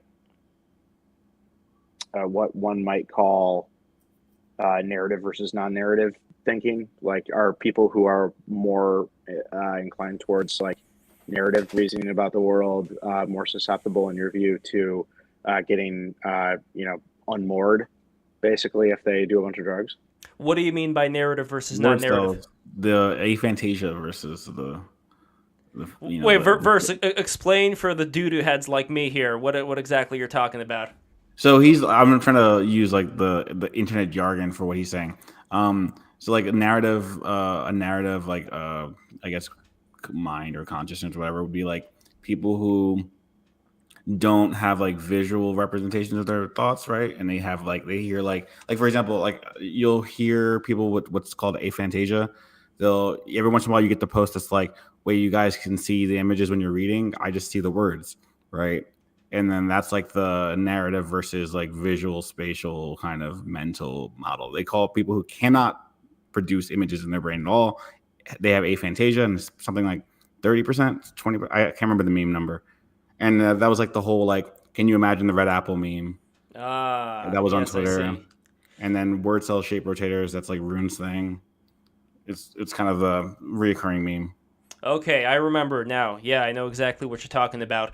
So, yeah, I don't know, like, there are people who I've spoken to who just say, oh, like, I always see, like, all these fractal patterns, like, when I close my eyes, and these are just, like, regular people who never really thought that much of it. So it's very funny, like, how different people experience reality from how we think we do. Like, Chillfuel, when you close your eyes, what do you see? I think it's like mostly like things that I believe just have to do with the light. How that, I mean, when you close it, you see different colors of balls like that I did. I mean, I think if I close them and like I rub my eyes, I think that like something I used to always do as a kid that I just loved doing was closing my eyes and kind of like covering them up so like there was no light coming in. Yeah. And at that point, my mind would kind of create like weird images, and they would start off as like small things that probably have to do with something that has to do with the makeup of the eye itself. But I would see like little. So first, you have to put pressure in order to do that first, right? Sometimes you don't have to. I mean, sometimes it was just like putting my hands in front of my eyes so that no light would get through. This might be me because I've done too many drugs. I see them like at any time I like unfocus, like this like red, yellow, dots, and then there's like the green triangles, and Yeah, so, like, yeah, kinda, like, and like they kind of all fractal that. morph randomly and do Yeah. things. Yeah, And I used to do it as a kid for sure with like my eyes closed, and they make them if you put pressure, it works. But I might just be fucked now because I just see them unfocused. Is there a certain plan to how you see? Because one of the things I'm very fascinated by is being able to track if there is some commonality to how people experience these various states. So, okay, I'll give you an example. When I come out of a dream, something that's super common, like if it's a super realistic dream, as soon as I wake up from it, I see a grid, like grid lines, and the grid starts to dissipate, but there's a grid. Another example would be seeing a tunnel, like an actual tunnel that I'm going through when I'm like in between a dream. So when it comes to the way that these triangles, for example, in your case, verse, are displayed, are they just like floating randomly, or is there a certain stage that's being set up here where the triangle would take its place in a certain proper area? No. It's like a lot of them, and it's like random, and it's like fractal expanding towards me. yeah. Interesting. I would agree. I would Yeah. agree with from my experience with it, and I would say like if you try to like, I mean, when you're doing it, if like you try to think about like an image being where you would be looking, I guess like you can imagine it in a certain corner or some type of thing, and I feel like that was something that I've experienced, but it's fairly random, I'd say. And what about you, Lucas? Lucas might be dealing with his cats. All right. No, sorry, I was muted there for a sec, but no, I don't know. I kind of see the organic-y fractals, like the shrooms type things, if I close my eyes. So like the fractals with the curves, right? Yeah, but I don't know if fractals is even really the word for it, but basically any sort of organically shaped bounded thing. And then I can do a lot of tessellations, and I guess we can zoom in. I'm trying it now. I have a lot more control over this than I thought I did. And by the way, Mysterious Mansion is totally right. When he says unclog your toilet, he's talking about the spiritual toilet. You have to allow the pipes of the Kundalini to freely flow up and down. So you got to unclog those pipes. And Matt, what about yourself? When you close your eyes, after all this time of the shroomery, what do you see when it's like pitch black? I'm not even talking about like the after effects of like whatever light happened to be in the eyes, but like when it's like pitch black, what do you see? Nothing that I would attempt to like match a specific pattern onto. There's I also kind of to like visual field and visualization in your head are like two different things for me, at least. Like both of those routines can run concurrently, and not really get in each other's way. When I'm doing a lot of, cogitation, if you will, just like thinking abstractly or symbolically or what have you, that typically is happening while I'm just, staring off into space or pacing around or, autistically stimming. That's typically I don't really have a practice where I sit down with my eyes closed and like, summon things. You know what I mean? Like that's not really something I've really found useful to do. Well, we're talking about two different things here, because what you're talking about is you wouldn't. Are you talking about like what do the like when there's no light input? What is my brain like filling in? Yes, exactly. That would be the visual part of it, because the imagination, that is a whole. See, that's where I get a bit confused when people ask the question of how do you see the apple when you imagine it? Because like I could say, oh well, I see the full fucking thing, but then if I ask it in a different way, what do you actually see? Most people would say, like Verse, you'd probably see like the triangles, and Chillfuel, you'd see some patterns as well, but you wouldn't actually see the apple right there when you close your eyes, right? Yeah, I wouldn't be able to make up, like I could imagine like a kind of an apple, or like I can imagine like an image, but I wouldn't say that I am actually seeing that image exactly. It's not like I can like picture what it looks like and then draw it out and continue looking at this image that I'm making of it in my mind and like draw it out. But I can picture an image if like you try it, you can see what it looks like, but I'm not actually seeing a picture per se. Well, the reason why I bring that up and why I was asking Matt, you as well, what exactly do you see in the dark? From what I understood from that Mastering the Core Teachings of the Buddha book, is that when he was talking about that kind of state that people get into, they don't say it in the case of trying to just imagine something as if you're just, like imagining something, but actually like you are quite literally seeing this in front of you, when you close your eyes. At least, if I'm not mistaken, that's what I got from what he was saying. I don't know. So I mean, I never did anything of that degree, but I mean, there's certain drugs that like specifically do the in person. Like for example, like LSD is very clearly in your brain, right? You're very aware that it's like your perception that's fucked. Whereas like if you're on like DMT, it does not feel like your perception is messed up at all. You feel very sober, and then like everything's happening outside of you. So that does happen. And then shrooms is kind of in between. It depends if it's nighttime outside or anything. I don't know.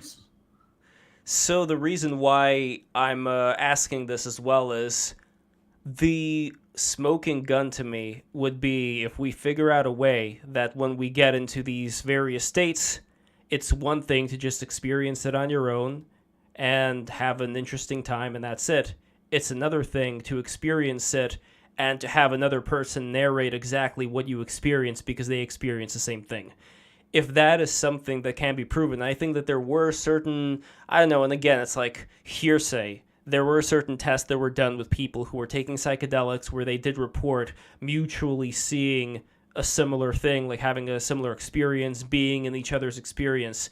But these were not things that are able to be, that quantitated, having like this mass study of people who would report seeing the same thing. But if that was the case, like Matt, for yourself, if we found out that there were these experiences that people are able to have where they go into some place that they interact with somebody else who could be completely far away, and then they report the experiences as being the same, then to me that's it. Like once you figure out that that's possible, then all bets are off. Yeah, I've heard a lot of versions of that sort of thing, and I still haven't heard of a sufficiently sophisticated experimental approach to that that can eliminate just like inferential pattern matching as the reason for people for people synchronizing like what they thought they experienced in a given moment. And I've heard there's this like phenomenology research institute that brings in some relatively high profile neuroscientists and other folks like that. I think mainly because they kind of have fun, doing Ghostbusters style, fun. This would never make it through an IRB today. Experiments on each other, not on university dime, and that a lot of folks like that kind of play around with that sort of thing. But even talking with people who have attempted to assess this sort of stuff rigorously, I don't really see any actual thing happening there. For now, I don't think telepathy is real. No, I just think it's still real to me. Damn it, it's still real to me. Damn it. Yeah, I think the human mind is an exceptionally powerful tool for inferences, for pattern matching, for a wide variety of generalized tasks that that allow a human to essentially just backfill based on very limited information a lot of stuff that is pretty likely to be correct. And I think that's how you get that's how you get people who are like astrally projecting into Soviet missile silos or whatever. They're not actually astrally projecting into a Soviet missile silo. They're a military officer who's got a clearance who's probably seen the inside of an American missile silo and knows what Cyrillic looks like, and has basically intuited roughly what that would look like. Yeah. It's possible. I have to look at a little bit more. The other things that I'm fascinated by are some experiences that people talk about having when they're down under, not in Australia, but when they're in anesthesia. That's not what you call it. Yeah. What do you call? Am I saying it correctly? Yeah, you're saying that. Yeah. Okay. Being under, being under. Yeah, exactly. So there is another example I can give just from my own personal experiences for what that's worth. There is this kid I know. He was, I think, like 12 years old at the time, friend of the family. When the family came over, we did this thing where I got the mindfold, I put it on his eyes, and I asked him to describe the room. And he was able to describe in front of me what was located in the room. And this thing, it completely blocks out your entire eyesight. And to me, that was like, holy shit, like either this kid was able to memorize all of these objects that were in the room, or there's something going on here having to do with like younger people, which was frequently, again, not something that was written down and confirmed, but was frequently appearing, as anecdotal evidence that these kids, they have certain things that end up being lost eventually. You could call it imagination, but at a certain point, if they're able to describe objects that are completely blocked out from what you would consider to be, like the ability to see, then what do you make out of that? That to me is very interesting. Yeah, I think that most of the times, we haven't seen and maybe I'm incorrect in this. I mean, I haven't done the research on it, but I think most of the time we haven't seen something that is concrete enough to say that this person has the ability to view the perception of others, and that it's not something that could be coming from a memorization or something else. And I think that when it comes to people, like when you're younger, I think that there's definitely a larger type of memory for imagination. I think that some of that kind of comes from you not having all of the same worries on your mind, kind of like ignorance type of bliss type of thing, where it might be easier for you for when you're a kid to walk into a room and memorize everything that is there, rather than someone who's an adult who has a bunch of different things on their mind and has to put some of their mental process towards those things to worry about. And when you're a kid, you're a little bit less mindful of those type of things, and they might have a better memory of their visual stuff because it's more of what the perception is based off of. It's definitely also, possible. If you're really small, there are like basic self-defense reasons to, self-preservation reasons to have a really good continuous map of your environment around you.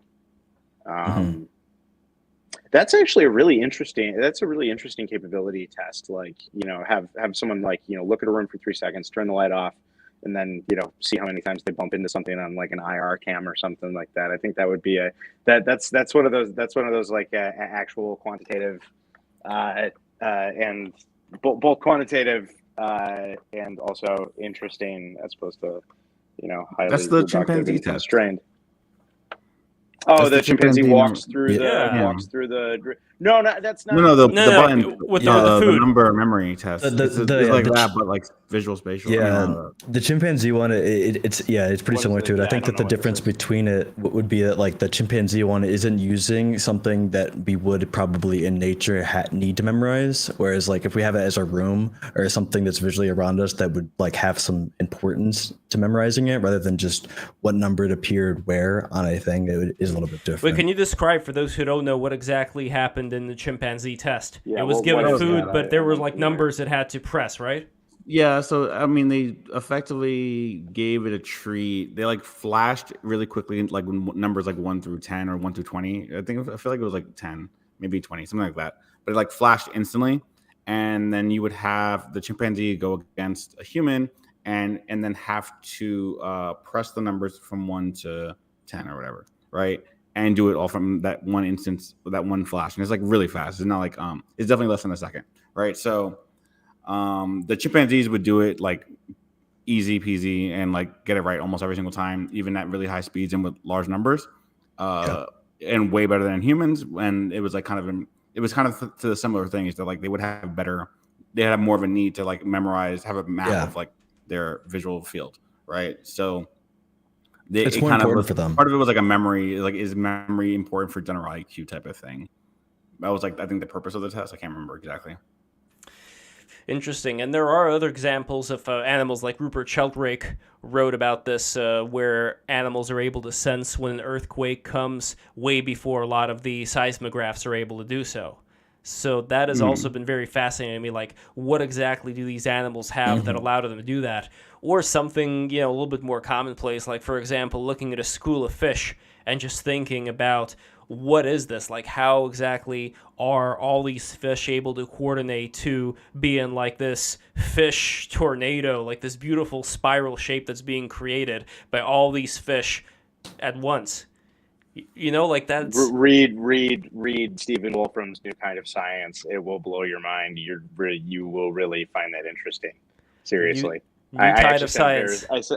I sent Veers this. I'm gonna read it via DMs just now. But it's just what are you familiar with like cellular automata? No, what is cellular automata? So it's basically an extremely constrained simulation environment where where you have this like this grid, right, with little squares on it, and the squares change state depending on the state of adjacent squares, which means that you can propagate things through this grid, and this allows you this like nice constrained, easy to reason about environment through which in which you can look at a lot of these like toy emergent phenomena. That sort of like something that appears to be more than the sum of its parts emerging from from interactions of squares that follow rules can be extrapolated then up to many orders of magnitude higher complexity, and then it's not too many jumps conceptually, though it is a lot of jumps in terms of complexity to get to swallow murmurations, like birds moving in it, birds or fish, moving in the sort of cyclonic fashion that you were describing, or buffalo herds, moving around a plane.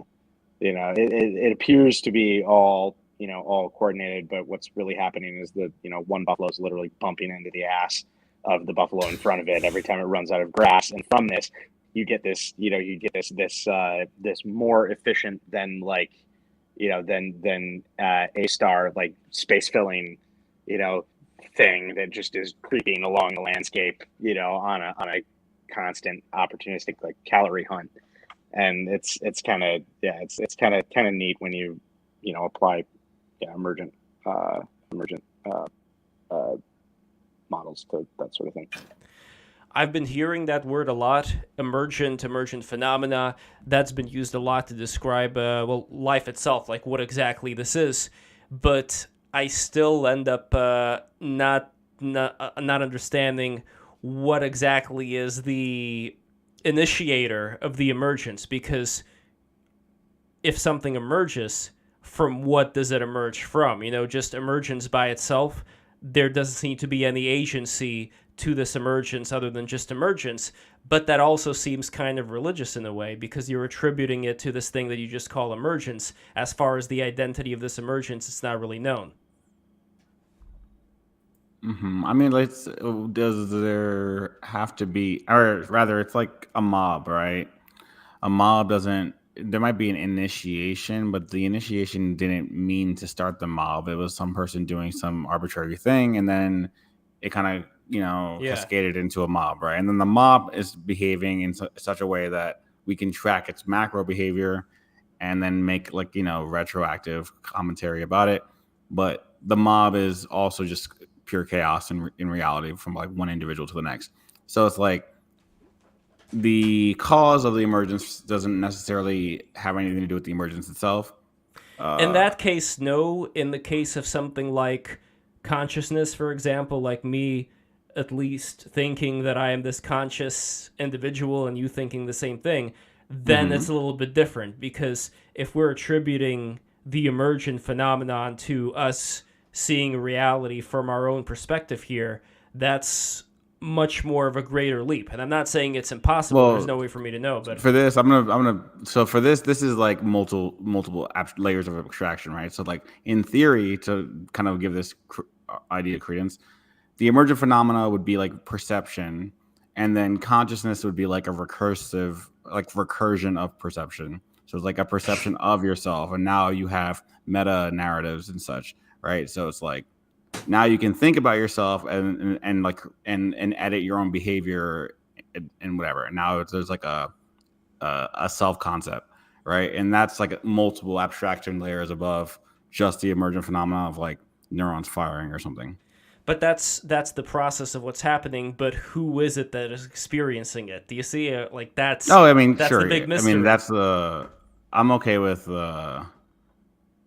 basically any I'm a monist, but I'm not really a materialist. I guess I don't know. I'm like one substrate, whatever, and then you guys can figure out the rest. I don't really.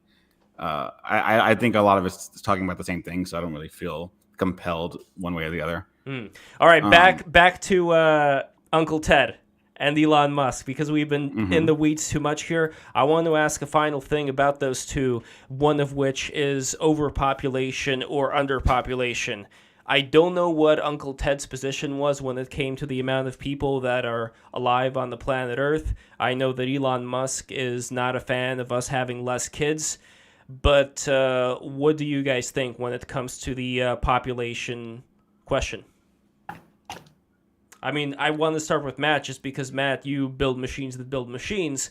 Can we exist possibly in a world where we wouldn't need as many people, where Elon Musk is still, he's going to be all right because we're going to have enough of these machines to make the machines, and we wouldn't need as many people? I mean, that's kind of like, I don't want to go all Klaus Schwab, in this conversation, but... Yeah, World Economic Forum lizardry. Yes. I'm a as many people as possible kind of guy. I think that the greatest good for the greatest number can. Well, actually, I'm not going to tie that into utilitarianism right now, because that's a whole. Anyway, I think that we should maximize the number of human beings. Within reason and within carrying capacity of the the resources we have. I also think that the actual carrying capacity of Earth, in terms of human life, under the sorts of technological conditions that I think we're likely to have in say 100 years, is like in the hundreds of billions of people. I really don't think that we're anywhere near. That we're anywhere near anything resembling a hard limit on the carrying capacity of the planet. And that's not even taking into account the potential for homesteading the galaxy, which we're gonna want fair enough of or fair amount of people to do. So. Well, I'm a maximalist in that regard. Just to offer a slightly more nuanced way of looking at this, I don't necessarily want to imagine this as an all or nothing thing of talking about, like, is the planet's carrying capacity, overwhelmed or not? I don't think it is. I agree with you. But more in the way of, if there are, let's say, certain places, like certain towns or cities, where there are too many people, and there's not going to be enough people who are going to know how to live in a, like take a look at, for example, I don't know, San Francisco right now with the homeless population there, for example, where you just have like too many junkies who are homeless who are out there.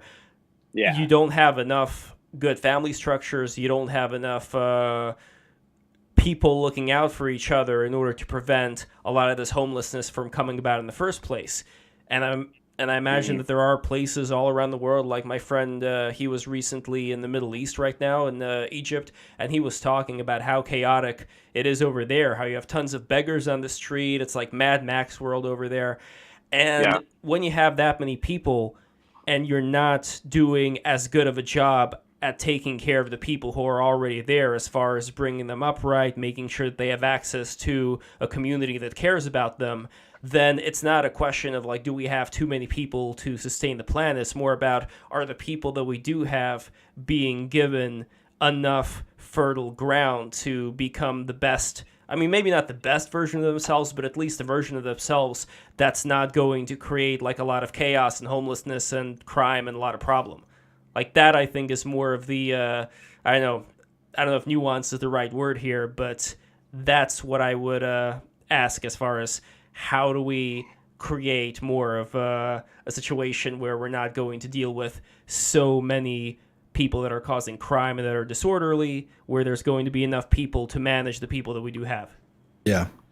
I think that for the most part, the standard of living is like has been rising for very long time. I mean, they say that like the average person today lives better than a king did 500 years ago, and for the most part, that's pretty accurate. I think the question revolves around whether we can advance technology at a rate that surpasses the growing population. If technology is able to keep up with the population as it grows, and I think that it will for the most part. I think that the bottom line to a lot of things that there are always going to be bad people. There are always going to be people that are going to commit crimes either way.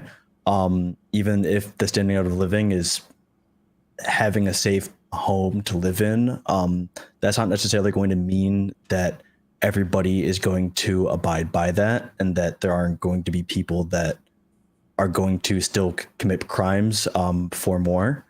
And I think it's kind of I think the standard of living will get to a place as technology advances that we will be able to sustain everybody with the bare minimum of like having a safe community that they can stay in and food and survive. But I think that it might not look exactly utopian as everybody thinks it might. I don't know, like, Verse, you were around Manhattan for 2020. You've seen some of the things that were going down there. It wasn't a matter of people not really, not having enough. A lot of it may have been out of boredom.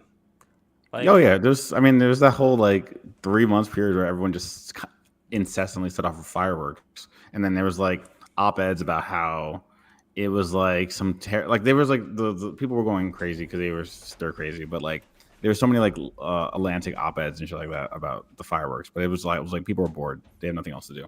But I don't know. Nothing else to do other than write Atlantic op-eds. Oh no! It's like the Atlantic people are bored. I'm sorry. Yeah. But I agree. I think that I don't really have an opinion on the max number of people. I mean, you kind of need, if things are a standard distribution, you don't get really good people like Elon or Ted K without there being, another billion other people, because they have to be like, multiple sigma outside the norm, right? So you don't get the 1 in a billion person without a billion people. I mean, that's not correct, but you know what I'm saying, right? And then like, I think that what I do need us to do though is stop these like IQ shredder locations like Singapore and San Francisco, where like smart people or gravitate towards this, and then they become antinatalists and they don't have kids, and then we just kind of like lower the average IQ of the country, of like the planet. And these IQ shredder, like they're usually tech or finance hubs. Singapore is another one. We need to stop that, and they just kind of like recruit the best people around the world, and they kind of just don't have kids. And that's not good. But otherwise, max population, it's going to kind of sort itself out. So that's also why I'm not that big of a fan of Elon's policy of being anti teleconferencing, where you have to literally be in the office at all times.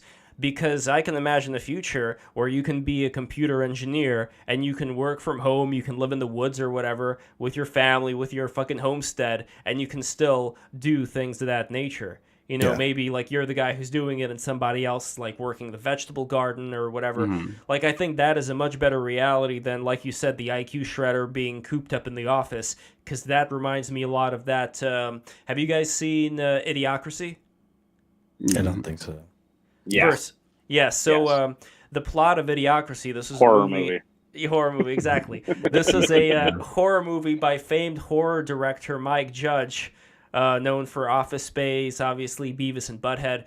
The theme of Office Space, the theme of Idiocracy is that it's about how all the smart people stop having kids because they never get around to it. There's always the classes they have to go to. There's always the portfolio review and whatever.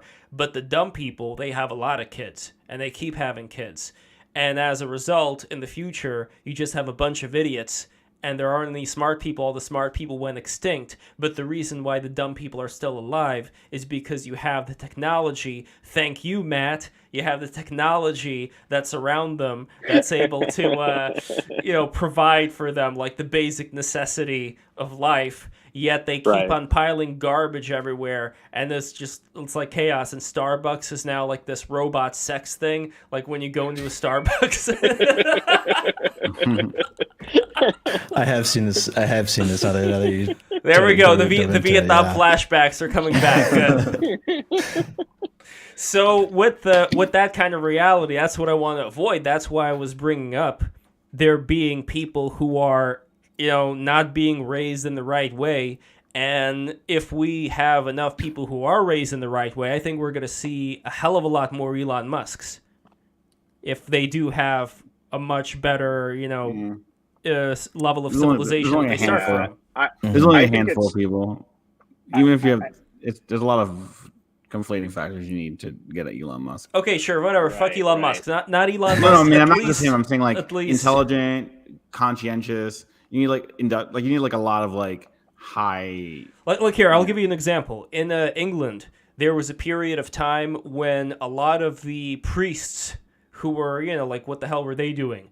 They didn't have to do that much. Like, they were like landed gentry, but they used the time that they had to create all kinds of inventions. Why? Because they probably had like a rather strict upbringing where they valued being able to put in the time to actually come up with things like that instead of just fucking around. So that was something that had to be reinforced. So even though like I'm against dictatorships and all that, when it comes to having a certain level of, let's say, a tiger motherliness in the family, again, I think the tiger moms, they push it too far. But if there's like at least more of that can be infused into more families, still like with keeping like, love, care, compassion, all that, then I think we'd end up in a good place. But most parents, they don't really seem to give a shit about whatever happens to their kids. I could be wrong about it, but it just seems like that seems kind of like a rare quality. Like it seems, I don't know if it's just my exposure to a lot of the boomer or Gen X parents that don't really seem to give a shit. But not that many parents seem to give a shit nowadays. I don't know. It just seems like they're just focusing on whatever they want, their needs, and let the kids do whatever the hell the kids want to do. And sure, you could end up with a lot of creative things from there. But at the same time, if you don't have like that kind of bedrock inclination that's kind of, I wouldn't say forced upon you, but at least highly, highly encouraged early on with parents actually paying attention to what you're doing, I don't know, man. Like that seems to also be kind of a recipe for disaster. And in general, like the American culture where old folks are put into old folks' homes, there seems to be a very, very much like a disconnect between the young generation, between Gen Z and all the other generations. I don't know, like Chillfuel, is this something that you're noticing too in your neck of the woods? Yeah, I think that like there's definitely going to be larger gaps between generations as time goes on, just because of the rate of how technology has been advancing and how it interacts with our everyday life. And so, like, I mean, we're seeing it right now, but in terms of like people not caring about what their kids are doing necessarily, I think that that's not something that's necessarily a new thing as much as we're seeing it implemented in new ways.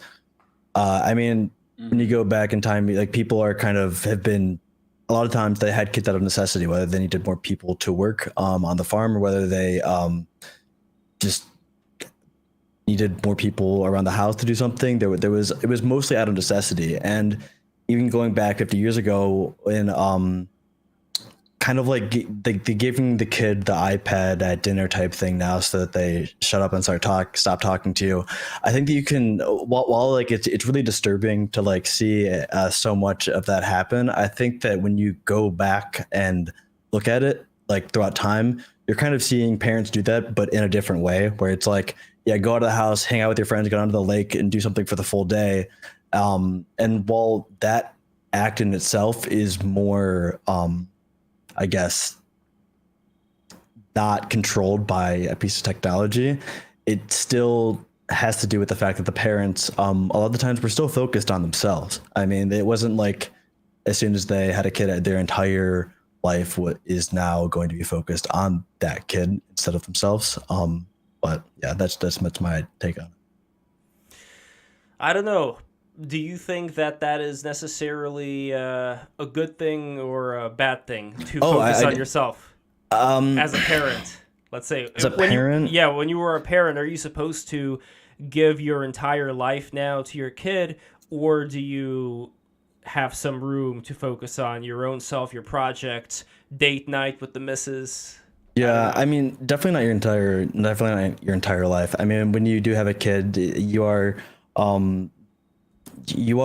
do have to put a certain amount of like your time into that and making sure that like they have everything they need, that they're okay and stuff. But it doesn't mean that you need to completely forget about everything that you want in life other than kids. And I think that that's something that can become an issue a lot of the times with parents raising kids, is that they can become so revolved around just their kids' identity and what their kids will go on to do, that when they move out and they start doing things on their own, parents then become lost and don't have a self-identity outside of being a parent.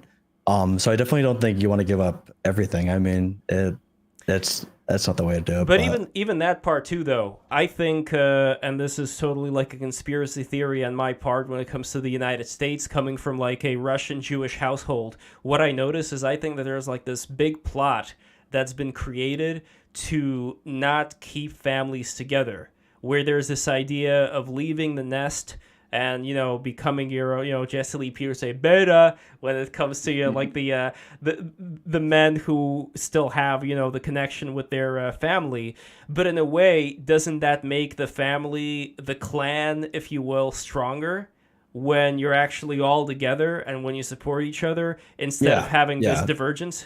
I mean, definitely. I mean, if you have a group of people that if they're raised in the same way and have the same experiences for their entire duration of their life, they're much more likely to be closer bonded. I think that that's definitely a thing. I haven't looked too much into whether there's some type of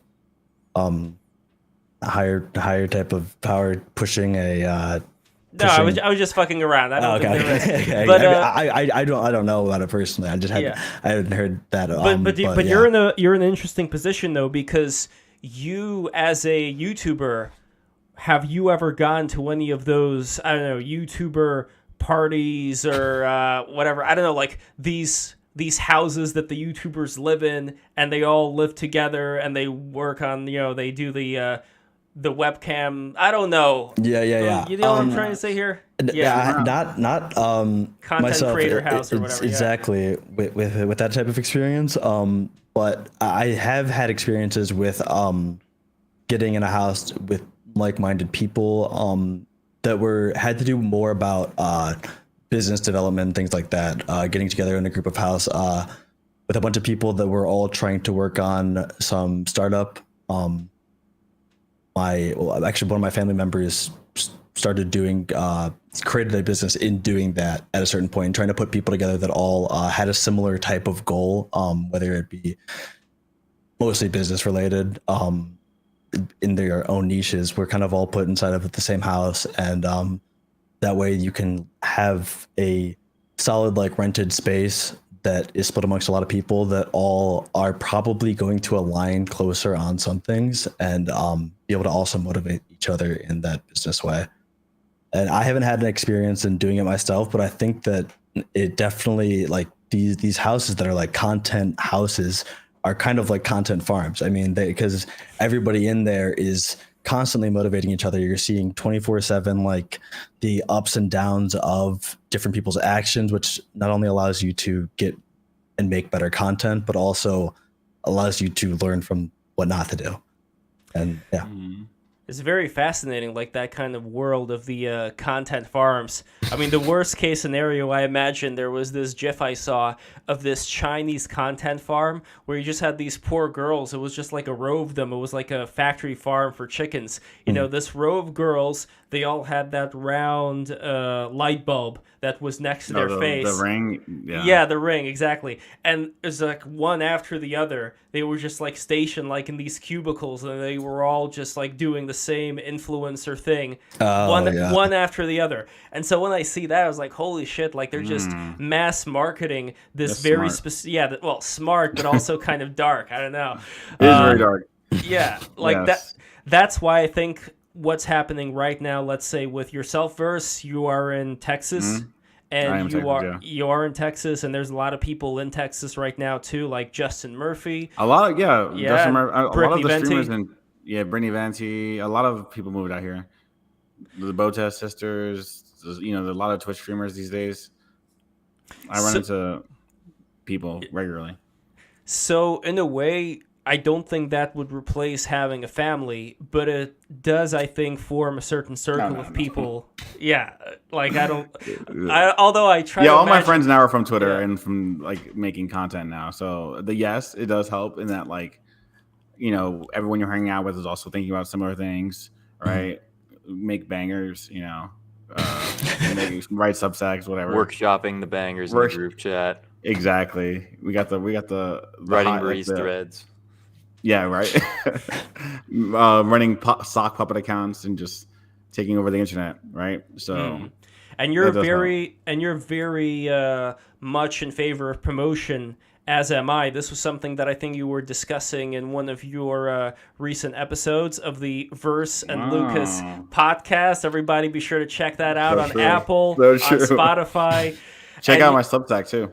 And you were talking, I think you were talking about how, Lucas, that you are very relentless when it comes to online promotion, but that's not a bad thing. Like, people make out shilling to somehow be some kind of a crime, but I really think, like, I know Chillfuel and Matt, if you guys would agree with me here, that right now it is very necessary, and I think people understand that sometimes, even if it may look a little bit too much, you really are trying as much as you can to do whatever it takes to get people to see something at the right time, and those who understand. You know, like, this is really the only way to do it. Yeah, this is like a really big difference between like STEM-brained people and the rest of the world, really, in that most of the STEM-brained people seem to have a really low desire for any level of self-promotion. And if you look at like the average resume of an engineer or something, it's going to be a way more honest rendition of what they've actually done in their life than if you look at the resume of obviously someone like a marketer, right?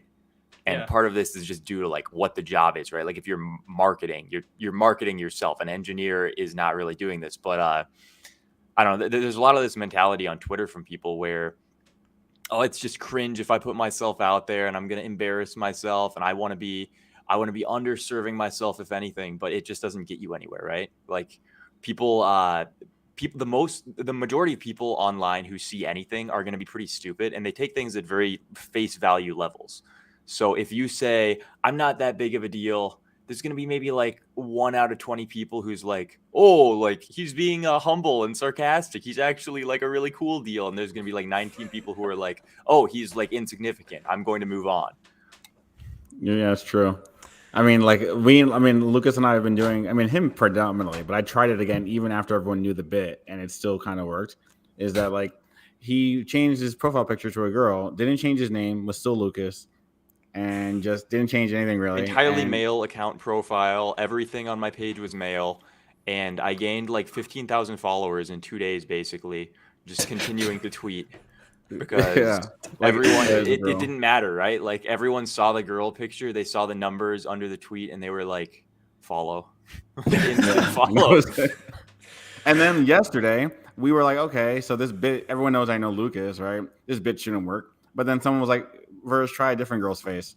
And I was like, all right, sure. And I have a tweet going off right now. And it's like, and everyone's like, this isn't going to work. Everyone knows it's Lucas. And the second it left my like inner ring of Twitter, it just didn't matter. All these people replying to like a clearly totally male tweet saying like, oh my God, like I can't believe you did this to your boyfriend. Like, it just doesn't matter, honestly. You just yeah, gotta... this was a really weird thing for me to realize that tweets kind of form their own ecosystems, right? Like I always assume that people before getting really invested in something and going and writing like 5 like character limit replies, people are generally going to go look at the profile of the person they're replying to and see like, am I being taken for a ride here? Do I really need to be investing this much effort? But they don't. They just dive straight into it, and then they like refuse to believe that the person could have been anything but is extremely earnest and sincere with them because they're already like tilted into that mindset.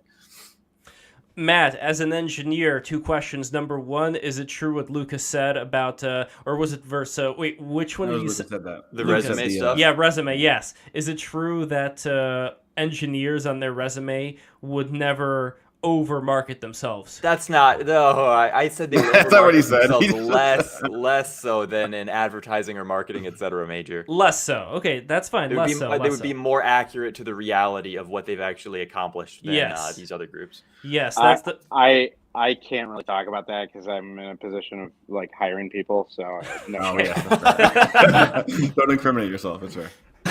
All right, and the second question is, when it comes to this turning into the girl, and now hell, there was that picture. Remember, Verse, that picture that I created from that the Face app when you turn yourself into a girl? Like, if I do that, I could probably just gain a ton of followers. I was gonna say there's very low benefit to continuing to post with your profile picture when Face app exists. Yeah. I literally have a tab open right now. I'm trying to figure out how to like attempt to do this without it not being my face. Because I've been tweeting kind of tongue in cheek about people like who've been getting plastic surgery a bunch lately, like I'm calling it entry level transhumanism. And I'm thinking I might just do a bit here with this, especially if just tweet it. The returns you need to be a bit. girl to get more likes, and you'll just get a bunch of female followers saying, "Oh, you can use my pictures." Yeah, that's actually what we just do. We just borrow our friends, and they're Well, like, "Sure." I mean, I'm probably. But it's more fun to feed my face into I'm just gonna feed my face into a generative one of these generative algos and do that. A friend of mine has access to the new one. Never mind. All right, watch my feed. The new one. Okay. Watch the feed. We're big fans of the feed. Generative algos. I mean, that's Lucas's picture right there. I was about to ask where that rabbit came from, and also where those beautiful raccoons. Yeah, the raccoons. So when I got accepted to Dolly, I went on sort of a tirade, and I just started typing in prompts as if I was like tweeting, and just kept gradually iterating, and I kept naturally going towards animals at laptops in the jungle. I don't know why. Have, I really liked that imagery. Like a metric fuck ton of animals in the jungle. Yeah, like I have like 500 like 40 megabyte PNG images of this. So that's gonna be my like splashes on YouTube for basically forever. I mean, it's solid though. Like it's a whole other like topic of like how far is like this generative stuff gonna go? Where is it going to be? How like we consume content eventually? Like it's really interesting. You know, I like really the funny? idea of being able to take a full model of the thing out with you. Like you're totally offline and you're like writing an article or something, and like instead of searching for a stock image or something, you just plug it into your stable diffusion model and you get whatever you need then. Yeah, because at this point, like that's accurate. already how I use it, right? Like if I need to make a very specific meme, instead of looking for like a weird picture of something that's like there's never going to be a stock image of like a like an Asian woman lying dead on the pavement, right? Like I can go and stable diffusion that. That really was a viral easily. tweet of his for those who don't understand. But But now somebody's going to be looking at that rabbit, and they're going to think, you know what would that rabbit look like inflated? That's the other. That's the dark side of this whole AI art, is that now people are just going to be able to create their own furry porn or whatever kind of porn when they want to. And then again, like, hey, Rule 34 is how you get famous. If someone's not making Rule 34 of your likeness, then you're not really online, quite honestly. Somebody attached my old avatar to it was just like a little like 10-year-old boy's head, cartoon head, and they attached it to this horribly like obese and unaesthetic body, and it literally caused me like psychosexual trauma for like 3 years. Did you guys see the fat verse that everyone keeps putting out? The fat verse memes are like, they're really funny, but like that was giving me like a body dysmorphia for a bit. And it's so really girls have done this to themselves or to other girls for like the last decade, right? Where they'll take a girl who they really dislike and they'll take a picture of her and they'll slightly edit it, right? Not like enough to make it like horribly disfigured, but like they'll just put a slight fat filter on it, or maybe they'll like make the eyes asymmetrical or something like that, and then they'll repost it and be like, look at this fucking busted bitch. I hate this hoe. One of my buddies, like in a group chat, just like a couple years ago, it was just like with all of our close friends, and he took like our profile pictures that we had and like subtly tweaked them just by like lowering an eye like a very small amount, and then resending it back in the group chat and being like, hey, like what's up with like you in this photo, and then like completely making you like figure out, is this actually what the photo is? Like, wait, I don't remember like this looking like this at all. And then but everybody also reacting to that in real time, and you're trying to like defend why your eye is 3 inches below where it should be. Did he ever fix it? Like he takes somebody who naturally has an eye that's like 3 millimeters offset to the left, and he corrects it. And he's like, wow, you look great here, bro. We're just making everybody look worse. It's Oh my God. nice side to Now it. you brought back a Vietnam flashback. When I went to Lee Strasberg, there was this girl, and she had this really big nose, and I thought like I wanted to do her a favor, and like I printed out a picture of her, and I like photoshopped her nose to be smaller. That's so bad. That's so Basically just saying, here's what I would change about you to someone right to their face. Oh, I just assumed that you wanted to look like this because it's better.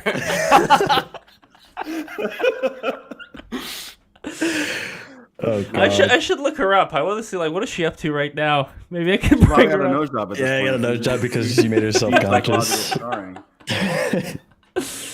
Oh, I bet man. you could, dude. I bet you could actually like I guarantee it now actually. If somebody with a lot of followers found and like targeted like one specific 500 follower account and like they said to all of their followers like, I think this girl would look so much more beautiful if her eyes were 2 millimeters more spaced apart.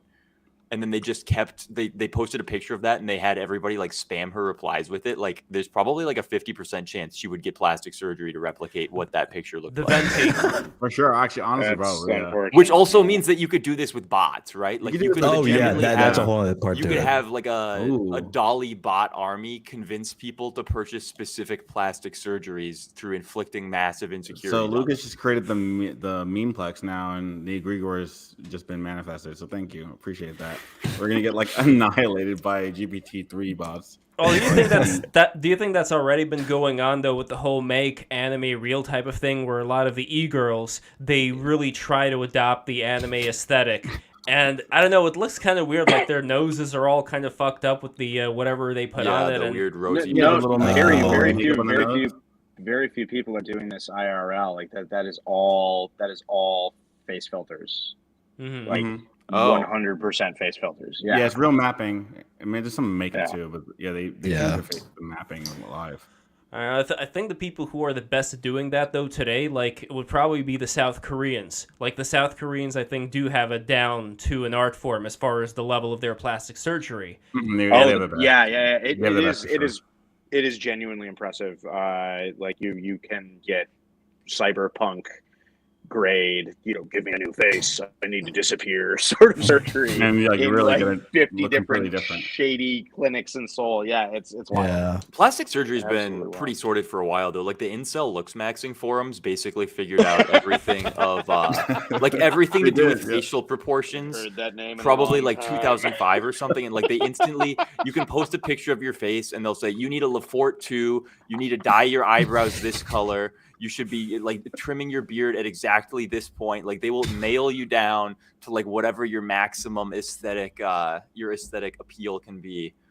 But I mean, it's just an issue of, do you want to pay the $30,000 to get the double jaw surgery to do it? So, hey, some people do. It helps There's a lot of you. people who do, yeah. I mean, I'll be honest with you. When it comes to the image of the Giga Chad, I mean, much respect to the Giga Chad meme. I get it, but it's very tasteless to me, at least. Like, I don't know. I feel like I'm almost committing kind of like a crime by saying this because so many people love that meme. But just the beard being so so Manicured, trimmed, yeah, so manicured, and I don't know, just the whole thing. It's overly dressed up to me. As far as like that is the ideal man. I think that may be an ironic joke though.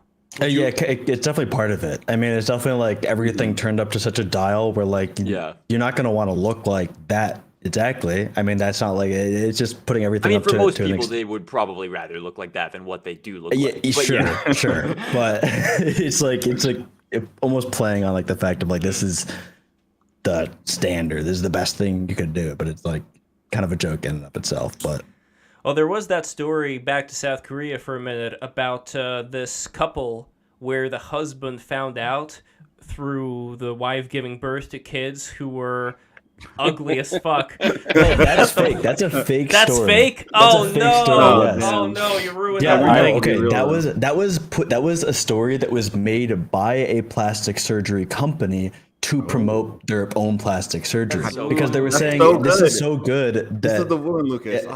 this is such a good version of plastic surgery that like her kids didn't look anything like her because her kids were so not attractive and she looked amazing that like these are such ugly kids that they couldn't like possibly be hers. But it's like no, this was just made by. Yeah, it's like I've thought all the time though about this inevitable possibility though, where like some really wealthy guy gets with like the most beautiful woman in the entire like I don't know like a 2,000-mile radius of him, and then gives birth to these just like busted gremlins, and he's sitting there wondering like how is this possible? Like, and he looks at the wife and he's just like, you fucking lied to me. How could you do this? Okay, it's got to happen, right? Like, even if it's a made-up story, there's no way that you can have two, or even like one parent who's like hideous and plastic surgeries themselves to perfection, and then their kids are just like normal looking, right? So here's the ultimate question then. Obvious. But here's the ultimate question then. So if health and beauty go together, which I don't know, I think they do, I'm not sure, because generally speaking, like when a person is, well proportioned, when they look healthy, that's generally a good sign, right? Like that's good genetics. I'm not saying that they go together all the time, but like when a person's form and function are pretty. It's like with all of these, all like the incel face surgeries and stuff, they generally improve the function of stuff. Also, like if you have a recessed maxilla or something, then like expanding it and bringing the jaw forward naturally would result in like your the air cavity in your nose being like bigger, which results in like more nitrous oxide exchange, something like that. Like there's usually some level of health problems that goes away if you fix all these things. That's similar to, let's say, for example, realigning the spine, through certain exercises, doing that kind of stuff to actually change your body. But when we're talking about your pillow, well, that's how you do it. That's I'm actually telling you. No okay, pillow. what about the level of the mattress? Because some people say that Extra you have firm. to sleep I only use extra extra firm. All right, send me a good mattress. I want to take a look. Firm with a 5-inch. You want your head to be above your feet, or maybe it's your feet to be above your head. One of your ends is supposed to be above the other. And I forget which. Just try different combinations until you wake up feeling more or less refreshed. So what I'm getting to here though is that other than those things that you can change yourself that would be passed down, the things that don't get passed down, like when, for example, you would as a woman artificially do something with your lips, or put something inside you that makes you look slightly different.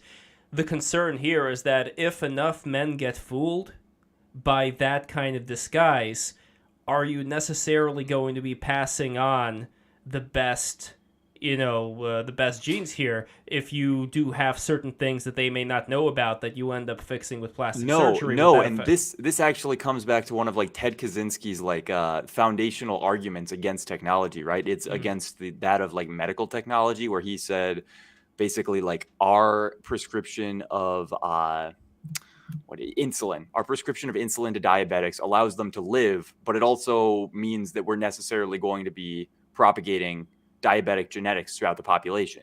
And that's fine to the extent that we have the ability to produce infinite insulin for everyone. But like, what if we can't? Or what if the system becomes unable to maintain that? Or, because at some point, things probably come to an end, right? Like there's going to be some population that goes from having the ability to produce unlimited insulin for their citizens, and then it has some sort of a political meltdown, or things just get to a shitty condition where they can't afford that. And what do you do then? Does everyone just die? And that's... Well, I know, Matt, being the engineer here, what would you say could be done about this particular situation? Is this as dire of a situation as we're making it out to be? Matt, are you there? Maybe he's gone. Maybe he'll be back. I walked away. All right. Oh, there we Sorry, go. I was on mute. Can you repeat the question? Sure. Well, let's see. I mean, where do we? How much have you listened to? No, but yeah. Verse, go on. I think to some degree, yes, it's going to be. I mean, I don't know. For a lot of things, just the question, just to frame the question specifically. Let's talk about insulin, right? Sure. Maybe we get to the point where like we remove the problem entirely, right? So it's like, to play devil's advocate for Lucas, is like, we'd have to produce insulin for now, but maybe in a couple decades, we can just like replace your pancreas or whatever cell by cell with nanobots or whatever, and then you have an infinitely, a functional pancreas that just works forever. That pancreas does insulin, right?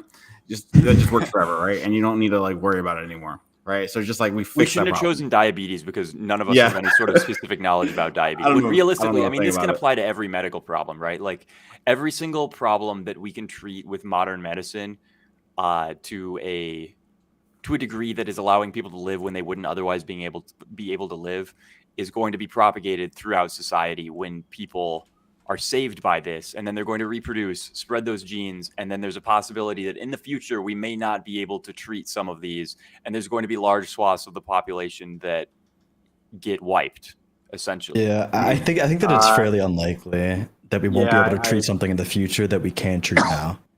Right. I agree. I think that the you can treat the vast majority of these conditions with technology from like 20 years ago, and technology from 20 years ago is producible much more widely than it was 20 years ago, because we have just taken a lot of these systems and optimized them for distributed deployment or what have you, and that hasn't even been like an economic. That hasn't even really been driven by the economics of this sort of stuff. It's been driven by just improvements in the basic way we do stuff. We're going to have bacterial, basically like medical chemical reactors I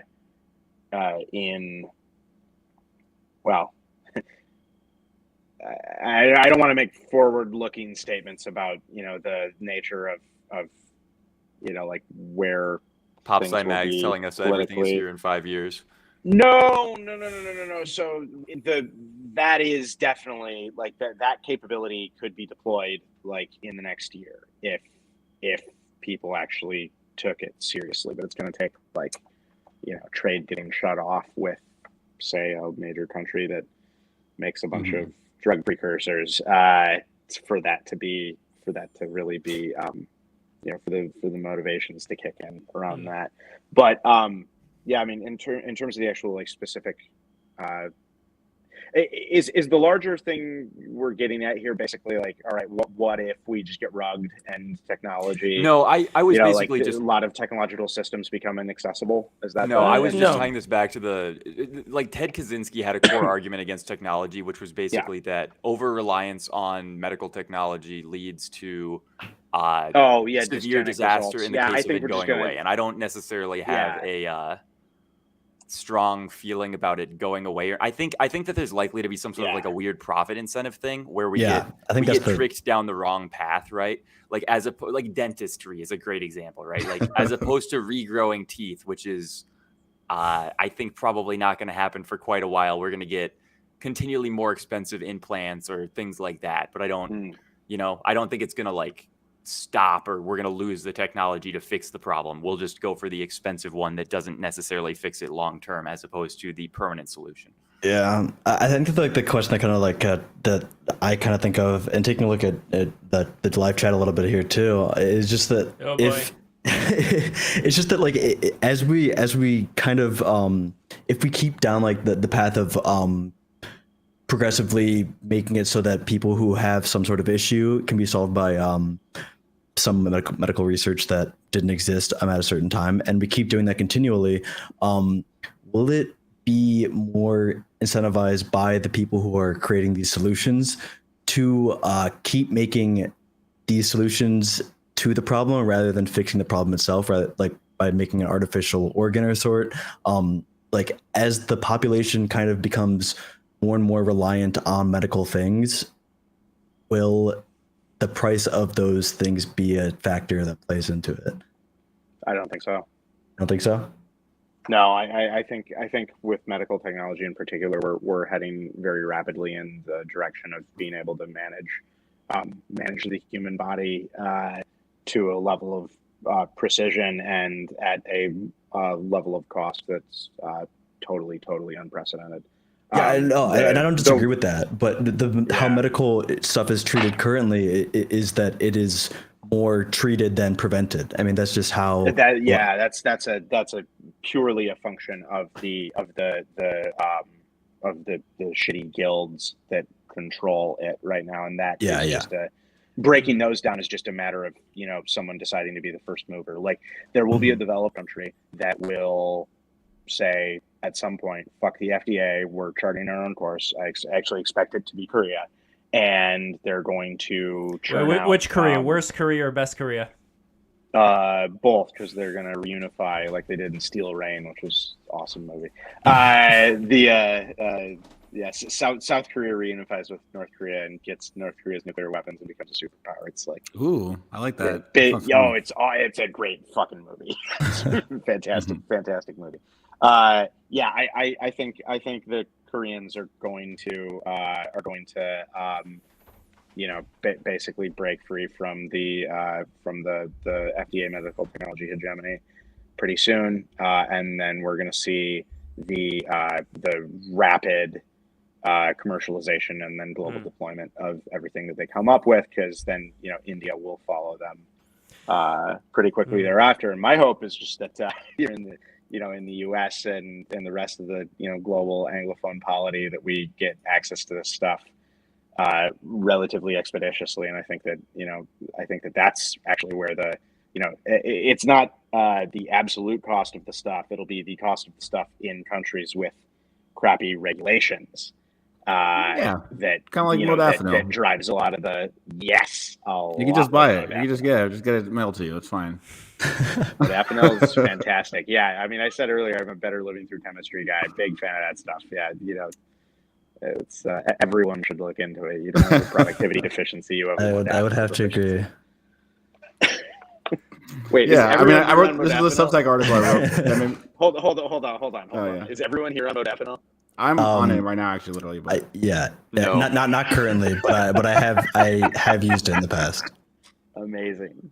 That's You know, awesome. it's just easier. You don't need to be on Adderall when it's just easier. I think it's definitely it's a much better alternative to Adderall in so many ways. Yeah, it really is. It really is. Have you got into the Russian stuff like CMX and Atomex and stuff like that? No, I I haven't. I've Russians heard don't have the track also- record. everyone I that don't- those are better, but I'm kind of done with.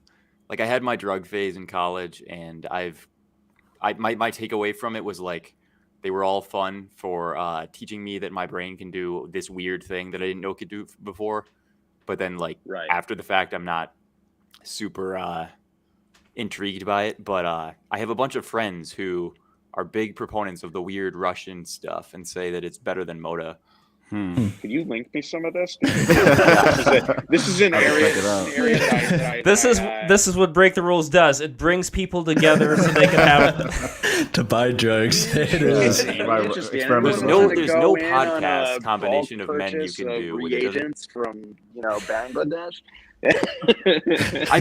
I've heard that Atomex is like the in best. Minecraft. The best hands down. Everyone loves it, but it's just like impossible to find and source anymore. Interesting. Interesting indeed. No, the thing that this all started from was the question of whether plastic surgery would get men to be tricked by women who don't look like they think they look, like on the inside. And whether that would like create problems down the road with like babies being born who don't look like the mom and have certain health problems that the man was not aware of when he first married her. So I don't know. I mean, that's like a whole other thing that we may be seeing with Worst Korea. I don't know.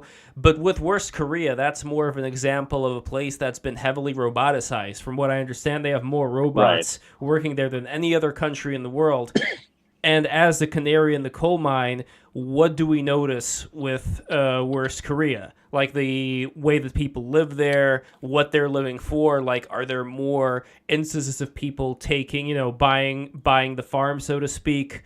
I don't want to say on YouTube, but are there instances of people who find that there's no reason to go on?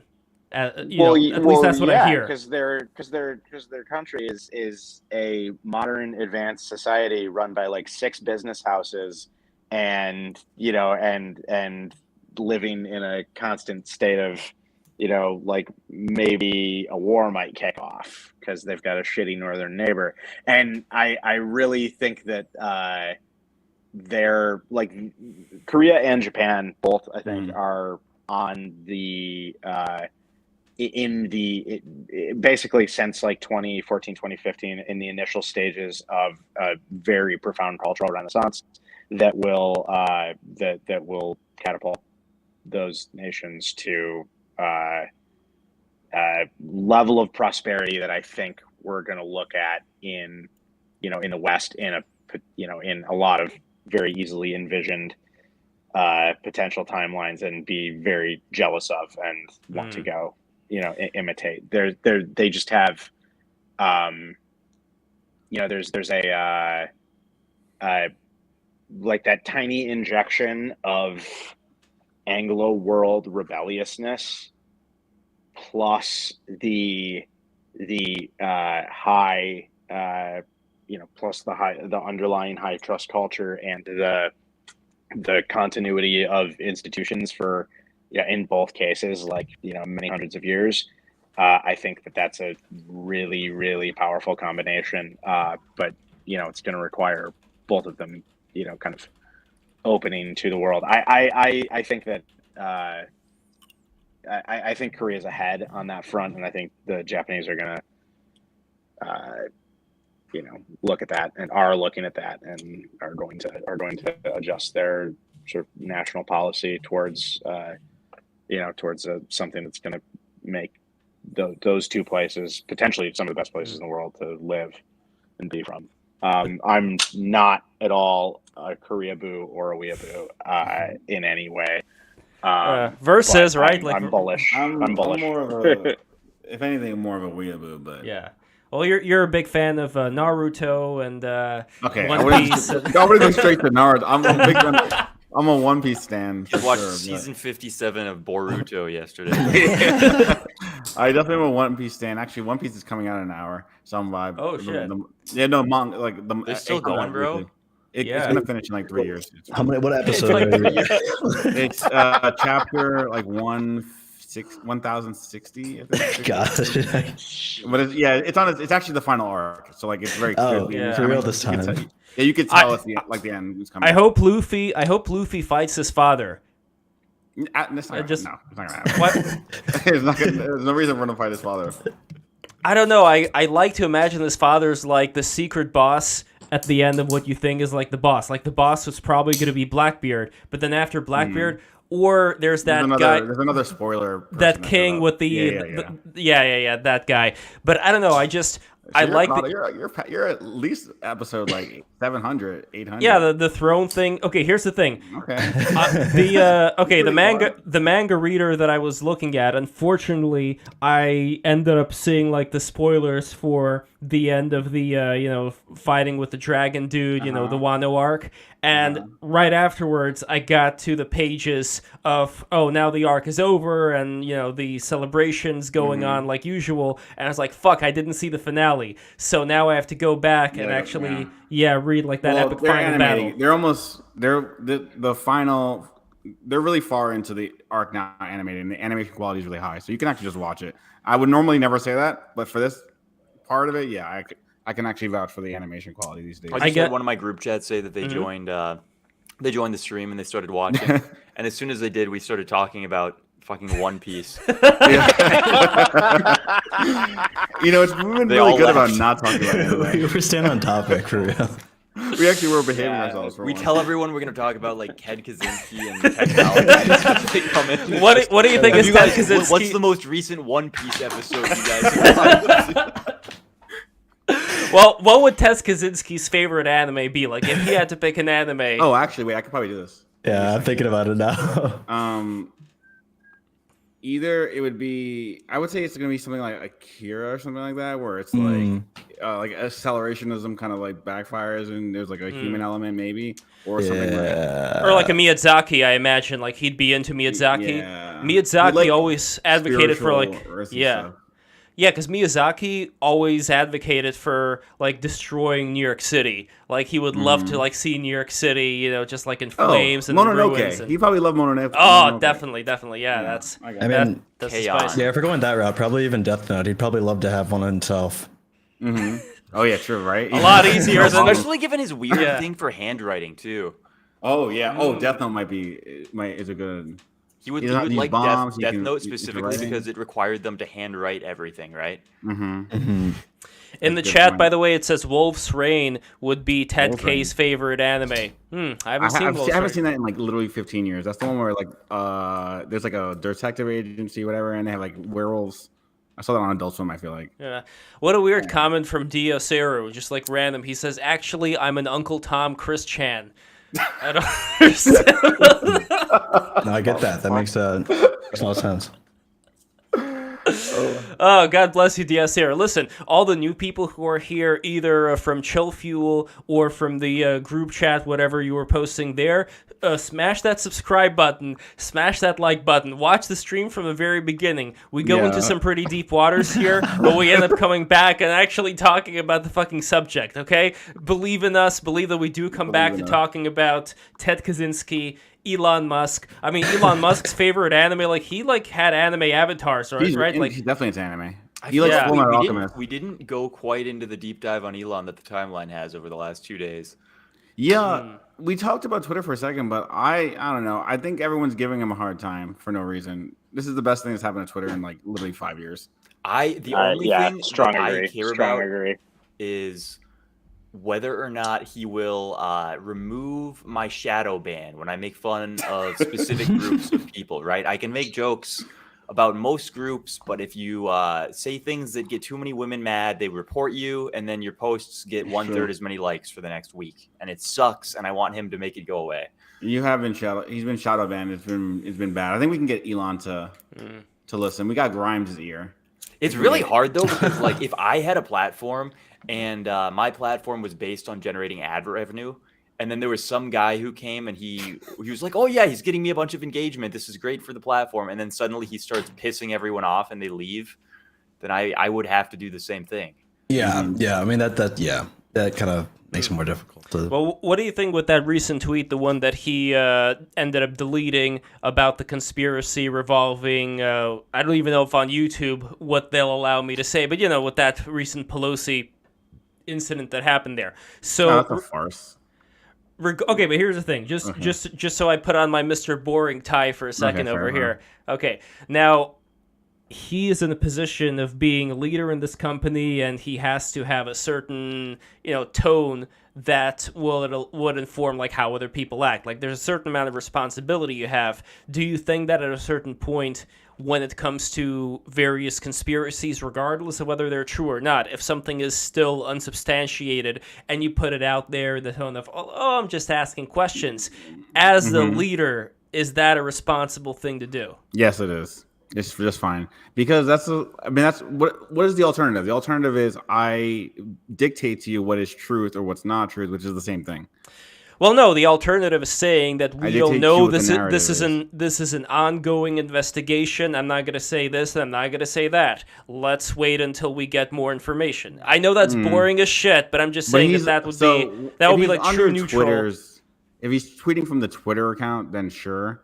But if he's tweeting from his personal account, it's like, no, say your opinion. In fact, we need more people to say their opinion. Everyone's shying away from their opinion, and now everything sucks. Say your opinion, then we can hash it out, blah, blah, blah. You don't even have to agree. I don't really care. It's just that if I could opt in to some sort of banner under every tweet that I have that says this tweet may contain unsubstantiated nonsense, and the consequence of that is that I couldn't get banned for spreading misinformation. Oh, that'd be so dope. Actually. I would 100% do that, bro. I would put misinformation tag on every single tweet. That. Just let me say anything though. Yeah, amazing. I don't want to, because I've had tweets. This hasn't happened to me actually on my account. I had one thing 2 years ago, but it happens to my friends all the time where they'll make some super obvious joke about some political event will be happening, and they'll create a funny situation that could have happened instead and say, oh, this happened, I can't believe it, this is so crazy, and they'll get banned, and the reasoning will be platform manipulation, and it's for some 50 obvious joke of a tweet. And what what do you do to get rid of that, right? Yeah, it's not understanding what the platform is, and ultimately it's just old guard, the legacy media, etc. Legacy institutions want to make sure that they have the final say, but fundamentally no one cares, and everyone just ignoring them, and consequently misinformation will always wins. It gets more attention because we've Bard is on your podcast all the time. We've kind of cut the information flow from top down to to a horizontal rhizome, if you want to be cringe online.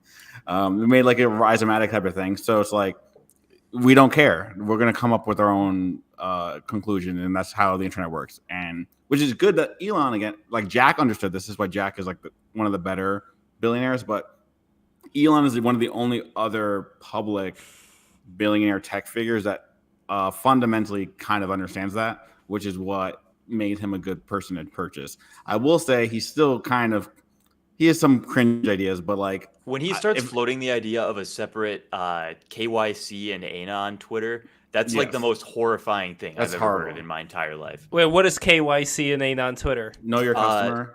Yeah, basically you would have to ID verify.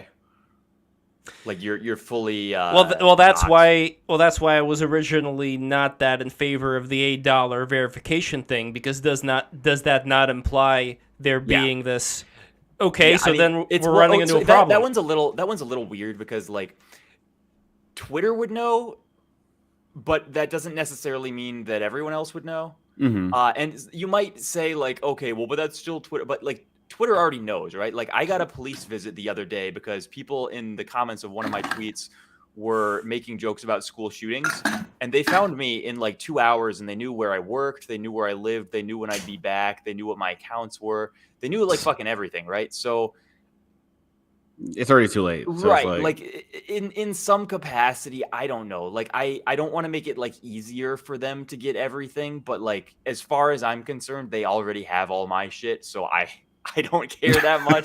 Like yeah, not my problem. Yeah, if I mean, like I don't think that the Facebookification of everything was a good direction for the internet. That actually ruined a lot of things. no, And it like gave everyone brain damage too, because when you're Mhm. posting attached to your like real name and face, you're no longer like a like the online avatar. You lose like the sense of play, and like the weird like online aspect of spirituality totally goes out the door. You're not And putting on the shamanic mask, as it were. Yeah, Mhm. no, Yeah, you're not. exactly. Now you have to be like you and your representation of you, and you can't necessarily like like the difference between face stocks versus anons in terms of who's going to be more truthful with you about like a personal question, right? Like there's some guys who have no problem going out and saying whatever attached to their face, but not most of them, right? Like if your girlfriend asks you, "Do these pants make me look fat?" and you have the ability to respond as yourself or as an anonymous poster, like which one are you going to answer more honestly as? Yeah, you're not going to be Exactly. able to have the zero HPs commenting on women who absolutely are absolutely okay, but saying that they have to lose weight. Like you're not going to be Yeah. able to have that anymore in this brave new world of the internet. But what about like back when we had the news groups? Was that anonymous, or was that just like anonymous by not really giving that much of a shit, just because there weren't that many people that were on the internet The at the news time? groups? What do you mean by news groups? Like I mean, like like the old news groups. How do I call them Like- properly? private, like the private news organizations, like, and there would like be like a dozen different sources of information competing. No, not that. In fact, I want to make an announcement, because the person who reminded me of these news groups existing, he is going to be on Break the Rules this coming Tuesday, and it is none other than Curtis Yarvin, Mencius Nice. Moldbug, coming Good on job. Break the Rules. Thank you. my. This Tuesday, it's going to be a lot of fun. He's going to be talking with Angel Eduardo, who is the advisor of FAIR, the Foundation Against Intolerance and Racism. We're going to be talking about liberalism. We're going to be talking about all kinds of cool stuff. But anyway, he was the guy who was mentioning how in the good old days of the internet, before all the normies started to appear after AOL, how there was this proliferation of a lot of very interesting conversations. Bulletin group, like the bulletin boards and stuff like that. Yeah, exactly. And how the people who were there at the time, I don't think they were called bulletin boards. I think bulletin boards came later. I really do think that they were called news groups, like all binaries, like news groups. Do you know what I mean? No, maybe Usenet. I don't know. Usenet, that's Yeah, it. there we Yes. Okay, yeah. Yeah. So the point here is that these were groups of people who were, very professional, but also felt like they had a decent amount of anonymity to be able to speak about subjects without having like every Tom, Dick, and Harry around them, being able to crucify them for saying the wrong thing. And that was like a very, at least according to Curtis, that kind of community facilitated a lot of creativity and free thinking, because you didn't have the rabble. Like, you had people who were smart enough to get there in the first place. They were the ones who were participating. And then as soon as the floodgates opened up, I think they even have a term for it, like Eternal Black September. Friday. Eternal Yeah, that's September, it. This is Yeah. you guys should check out verse.substack.com, where I wrote Eternal September. Hell article yeah. About this exact video. I know the video you're talking about. Yeah. Um, So, well, Matt, were you a part of that scene, the one that I'm talking about right now? I'm 31, so I was not. Yeah. See, I was not I in always think Usenet. you're I was in I the always think you're older bulletin just board because era. you're doing such amazing things, like with the technology. I would imagine, like, you are way too young to be creating machines that create machines, but that's just because I imagine We're not quite engineers. there yet, but yeah, I hopped on the internet very, very early, like when I was a single digit years old child, and I mean, saw a lot of that stuff on there. I logged into stuff like Usenet. I was on other stuff like that. I was very lucky to be on a university internet. oh, nice. spike basically, just because when my dad was in med school. So I was very, very lucky to have very early exposure to the internet. But no, I'm not like an old beard. I wasn't there for that sort of stuff in the same way that all these the Gen Xers were. But the vibe that I get, at least from them, is that it was a better time. I don't know. Yeah. That's You need to be able to. It wasn't. It was a better time for them. For them, Yeah, yeah. exactly. You need to be able to iterate, and you can't iterate if you're like people are splitting hairs. Which is like half the reason why like I'm very much adamant about pedants and why I'll leave spelling errors and all my tweets. I don't really care, and like I'm just very big like if you're nitpicking, you can't like play and you don't spend time when you're the action. Let me just shilling my own Substack again. Look at me. When you're learning a song, right? You don't sit there and learn the words to a song on the radio. You sing gibberish half the time, right? You like sing whatever words are kind of coming to your head, and you're wrong, and then you're wrong until you know all the words, right? That's how you should learn basically everything, right? And so you can't iterate with other people and learn and like progress if you're nitpicking every step, which is what you have to do in a public setting. You can't say anything wrong, right? When you can do it anonymously, you can say whatever. You can throw ideas out. You can say things that are wrong, but because you know it's wrong, you know what you aren't supposed to hit. It's like when you're picking we're playing Minesweeper. You can hit a part of Minesweeper and you're like, this is not going to hit anything, but that's good because now you've carved it out like the truth better, right? Like you can't do that in a public setting. People want to like every community goes through the phase, right? They start off with the core dedicated autists who all very smart, all very dedicated to the craft. Then in come the guys who are autistic enough to understand that there's something here, but also people oriented enough to say there's profit here. We got to bring some people in. Then they shoo everyone else in the door, and then they sort of disrupt the autists who grow to hate their own community as more and more people come in and dilute it down, and the IQ lowers and lowers. And then they say we've been rugged, and then they either go and form a new community or they complain for the rest of their lives about how their thing has been taken from them, and the internet will never be as great as it was in 1988, and it's fucking over. and then they go lock themselves into a beach house for like 3 years and write Urbit. Exactly. Yeah. That would be a great intro for a Tuesday stream. Definitely. Right. Well, that's I might actually Lev, I might actually send you a couple questions. Please do. On that, because I actually want to tape I occasionally record like audio conversation. It's not a podcast because there's no regularity to it at all, and I expect 0 people to listen to it.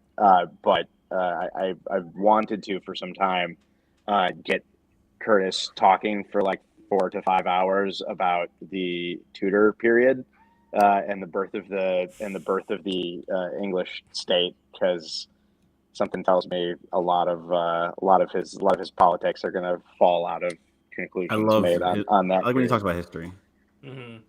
He recommends a lot of good books too. Like he recommended Eugene Lyon's The Red Decade, talking about how, and I had no idea about this, like how the intelligentsia in the 1930s in the United States were like all Stalinists, and how they big time. And how they considered to be, and like my parents knew about this, and I had no idea. Like back when I found that out, and I don't know, it's something that I think is going on right now too, even though they're not Stalinists, but everybody has been incredibly tribal to the extent that in certain circles, if I were to bring up somebody like Barry Weiss, for example, that would be considered, oh my God, that would be too much already, let alone somebody like, Alexander Bard, or, if they, not that they know who he was, but, like having a personality of that level is already too much for most people, because most people are scared. They're scared to step out of the reservation that they happen to be in, where they don't want to be criticized for their opinion by the people around them. I mean, it's very understandable. It's just like the hellscape that Lucas was just talking about. When people force you, and verse, like you said in the beginning of the show, you find yourself slipping a little bit further out from the more extreme side of the internet, and you'd say it's partly that kind of influence. Or no? I don't know if it's that. It's just that my public persona is a little more clean cut now. Not that it's clean cut. I'm still, saying insane stuff, but Yeah. it's just a little different. I'm like into, for example, I'm into metal, right? That's like one of my favorite genres of music. Mhm. Metal. Every single metal band has this like arc that you have to go through where they were like really, really cool, and they're from this like small like scene, and they have to get bigger. And like some bands are able to get bigger while not neglecting their core audience, and some bands aren't. And I've always found that really fascinating.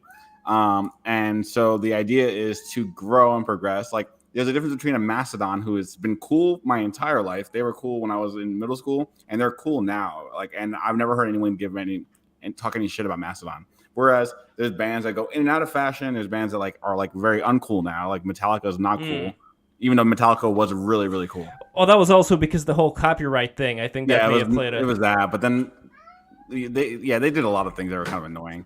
But yeah, so like there's a question of like, but also their music. If you just ignore all that, like there's a lot of phases of their career that people are just like, this sucks.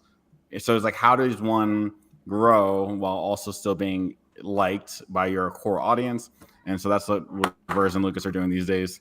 How do we get bigger accounts without alienating? Oh, dude, there's such a fine line too, right? Because you can, and there's almost an IQ curve to everything, and this is dumb because I hate overusing the IQ bell curve meme thing, but it's not even the bell curve really. It's just if you snip the thing right down the middle.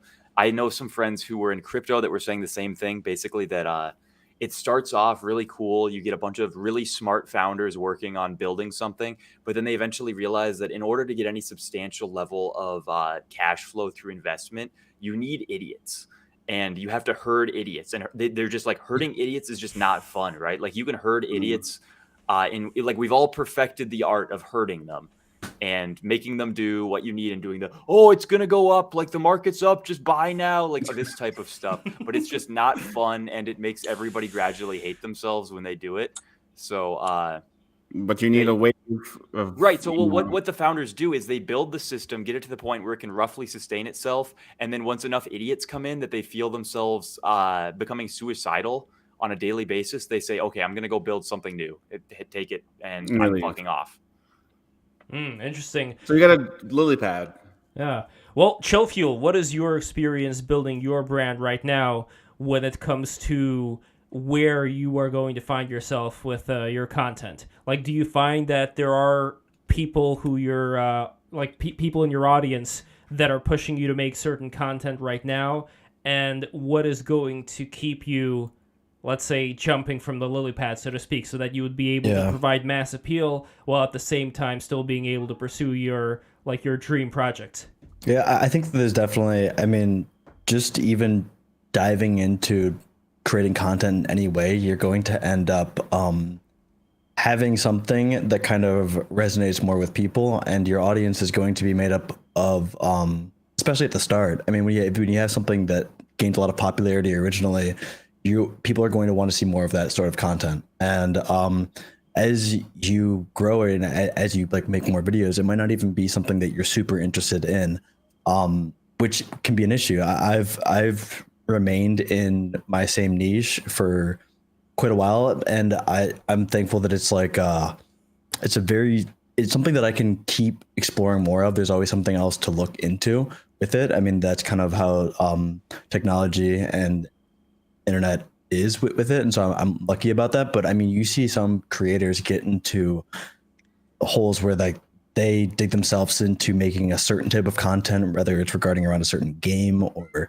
something that they end up just despising at a certain point because it's all they are able to do, and they have no interest in it, but it's what they lock themselves into because it's how they make their viewers come back. And I haven't had too much of an issue with it, but yeah. Well, you're surfing the algorithm as well. Like, you have content that appeals to people who are after the mysteries, the unknown, the icebergs, all that good stuff.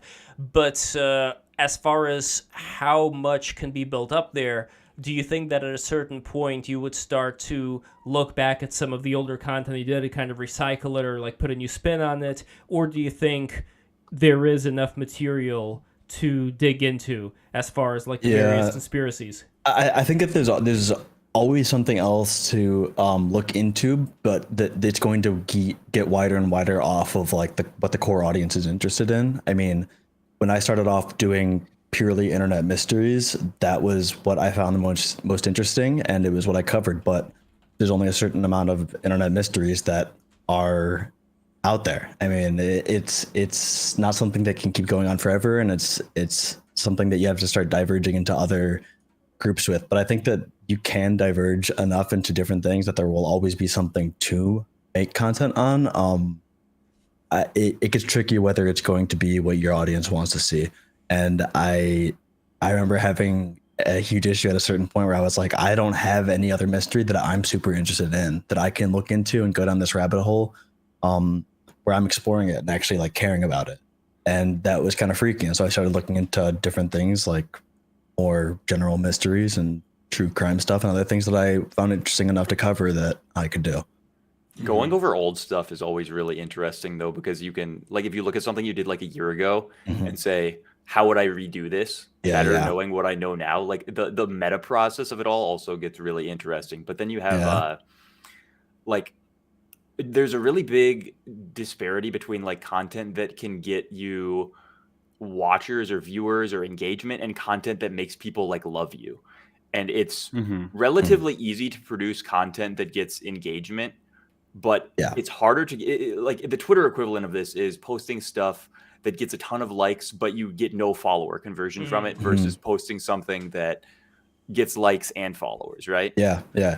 And that's, there's people I've seen, like a lot of YouTubers fall into this thing where they make their thing like doing some sort of game content, but they don't really sell themselves to you, right? Like you never like them as a person. You come to them because they get autistically good at this one thing, but you actually hate their personality and wish that their talent were attached to nearly anything else. I also think that it's about priming too. So this is part of, again, what I've learned with like, you know, the bands and stuff, right? It's like if you prime people early in your original stuff about like that you're going to experiment, right? Then you can kind of push the boundaries a little bit more than you would otherwise be allowed to. Like if you're like, my channel is about making tutorials for, I don't know, for a game, right? And it's like, I want to explore tutorials about every facet of this game. If you all of a sudden start making, how to make peanut butter and jelly sandwiches, everyone's gonna be mad at you. Yeah. But from the get-go, you had an abstract kind of idea, and you just like threw random stuff in there anyway. Yeah. It's like an emergent theme of your content, and you can do whatever you want at that point. Yeah, and the freaky part about it is that it could, at a certain point, be like a double-edged sword in the way that even if you were to make some other type of content that's not what your core audience would resonate with, like even if that other content is insanely high quality stuff, regardless of that fact, it's still going to be recommended to the people that liked your content originally, and it's probably something that they're not going to be interested in. And so you'll get the metrics, and whatever thing you're posting it to will see those original metrics and say, hey, this is not a great video of this person, even if it is something that's super high quality. That's kind of freaky to think about, that it's a whole other. I've been wondering about how every other social media's their algorithms seem to be like so much worse than TikTok in terms of like TikTok seems to be able to tell when somebody's doing something outside of their niche and really quickly recommend it to people who would like that instead of the people who like their niche. And YouTube doesn't get it at all. Like if you exclusively make Halo 1 speedrunning videos and then you make like the most high quality video about like how to breed cats to jump as high as possible, and is that what you're doing in the background with the cats? Yeah, the cats are frequent special guests of our podcast. They're kind of in heat after it's breeding season. And so you do this and you have this great cat breeding video, but the world will just never see it because it was recommended exclusively to 3 million Halo 1 speedrunners. Part of that is just because like TikTok has this mass amount of like data they can go off of because you're seeing so many more videos, and so they get I think that's like at least part of it is that, and the time you're watching one YouTube video and YouTube's getting one data point, you're scrolling through 50 TikToks and they can get information off of all of the ones that you just saw. True. So the meta game then for YouTube Shorts is going to be, I think we discussed this before, to put out as much shorts as you can and to take a short down if it's not doing well, to re-upload it again. Nobody cares. Nobody gives a shit. And you can do that on your main channel. It's not going to be an issue because it's not actually going to show up to your audience. It's not going to annoy your audience. And you could still just like keep doing those shorts over and over again. Yeah. I forgot that they're shorts. Yeah, we're on YouTube again now, Lev. So we have to get in. We're trying to get our 4K hours so we can. We have enough followers. We just don't have the podcasting and uploading hours. podcasts to YouTube is such a hack too for this because like if you want to think about retaining an audience to watch you for 4,000 hours using exclusively visual content, that's kind of fucking hard, man. Oh yeah. Doing it with podcasts where people just leave it on in the background. The other one would be ASMR. Like I should literally start doing we should start doing Twitter ASMR so that we can get our 4,000 hours in. Man. Well, that's the cat sounds. Open. Just Lucas making it coconut. We're gonna re-upload the interview of me and Marie when we're talking about how she was using the rose crystal obelisk to manifest her toothpaste sales. I want to get Marie on BTR soon. By the way, I don't know what she thinks of K-pop because I found this YouTuber, this Chinese girl who does these K-pop YouTube videos. She interviewed this guy who was stalking one of the girls from Twice, the one who looks like a bunny rabbit. Neon, I think her name is. Because you know the names base. I like. Yeah, but my favorite is not her. My favorite is Dahyun, the one who has this weird looking face. I don't know. Anyway, I don't want to get too deep into the no K-pop, but I would all like right. to see what That would be super funny if Marie had like a strong opinion on K-pop. I think if you mentioned it to her, she'd be like, "I don't really think about this stuff. That sounds weird. Are you weird?" Well, part of it makes me want to bring her on with somebody who knows K-pop really well, because that's kind of what Break the Rules does. Like, I want to bring on people who have no idea what the fuck the other person is talking about and just put them in there. But as far as the meta game for YouTube, shorts is one thing. Another thing is, I mean, look, you guys, as well as Break the Rules, like, there is a treasure trove of shorts, not shorts as in like the YouTube shorts, but shorts as in like short clips that can be extracted from all these fucking live streams. Because the people who are listening right now, probably not the same people who started listening except for like a few dedicated people at the start. So there's content that most people never end up seeing and Break the Rules. For them, it would be new content, but at the same time, Chillfuel, I think we went over this as well, that has a tendency to backfire if somebody did see it already and you put it up as a new quote-unquote new clip that they're not going to click on it. Because, I remember this is like from that live stream. I'm not going to watch this. It has the possibility to do that. I think that like you're more likely to see that in somebody who generally creates shorter form content rather than something like a podcast. I mean, if somebody who makes gaming videos makes like a top moments of the year one and somebody's watching and they're like, oh, I've seen all of these clips in their videos throughout the year, then it's like, okay, that's not something they're going to click away from and that could hurt you. But on a podcast where it's like most likely and most of the people that are subscribed to your channel are not going to have seen a given part of a podcast, it won't do as much to hurt it. I've been thinking a lot about like what the cross-posting meta looks like in terms of, so you make a podcast and then from this podcast you can extract various little 30-second, 1-minute long clips, upload them to TikTok, YouTube Shorts, etc. You can take the full podcast and put it into a transcription service, and you now have Medium articles, Substack posts, etc., tweets. Like, what can you get out of like one single podcast? How far can you juice it? Yeah, and there's a lot of different ways to do it, and like podcasts are something that you can just have so much content out of, and I think that the harder question like becomes how you can get that content to all the other content that you're branching off from. Is that something that's actually going to benefit the core podcast when you get down to it, and what content is going to be the most productive to make to bring back viewers? My experience has basically been that the more stuff you put out there, the more you learn about everyone in a meta sense, and the more you can gear your efforts towards the things that actually do matter. Whereas like if you're not putting out anything really, then you know there's no feedback. You don't know shit. And let's say you just spam every platform with an overwhelming amount of information. At some point, something starts sticking and you say, okay, they like this. We can go towards this. And you can abandon whatever isn't working. My big thing that I've been, and I have no idea if this is true or not, but if there's a good way to take group chat content and put it into a short form video like TikTok style, I feel like that's kind of gold mine zone. If you can have an account with create like a sort of drama with recurring group chat characters, et cetera, and put funny little bits from interactions in there. But I have no idea how to do it. Yeah, that would be really hard, but that would be fun. Like narrate the group chat. Yeah. Because like all of the genuinely funniest things that happen require the context of like ongoing knowledge of like the characters in a group chat to understand. Sure. Yeah. Very interesting.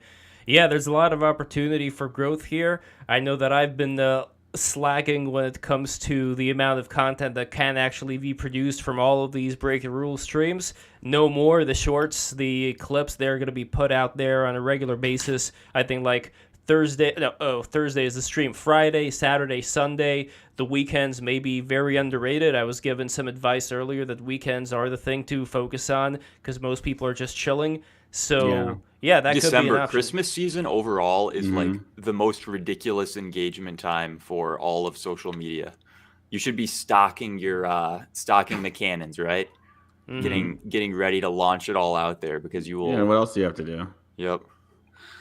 Well, anyway, I think this just about wraps it up. I want to thank everybody here, Verse, Lucas, Chillfuel, and of course, we do not have the great roboticist machinist here right now. I don't know if it was like a problem with the connection, but either way, I want to give him a shout out because he is incredible, and I'm surprised that he's only 31 years old. I mean, fuck, that is more like than I have.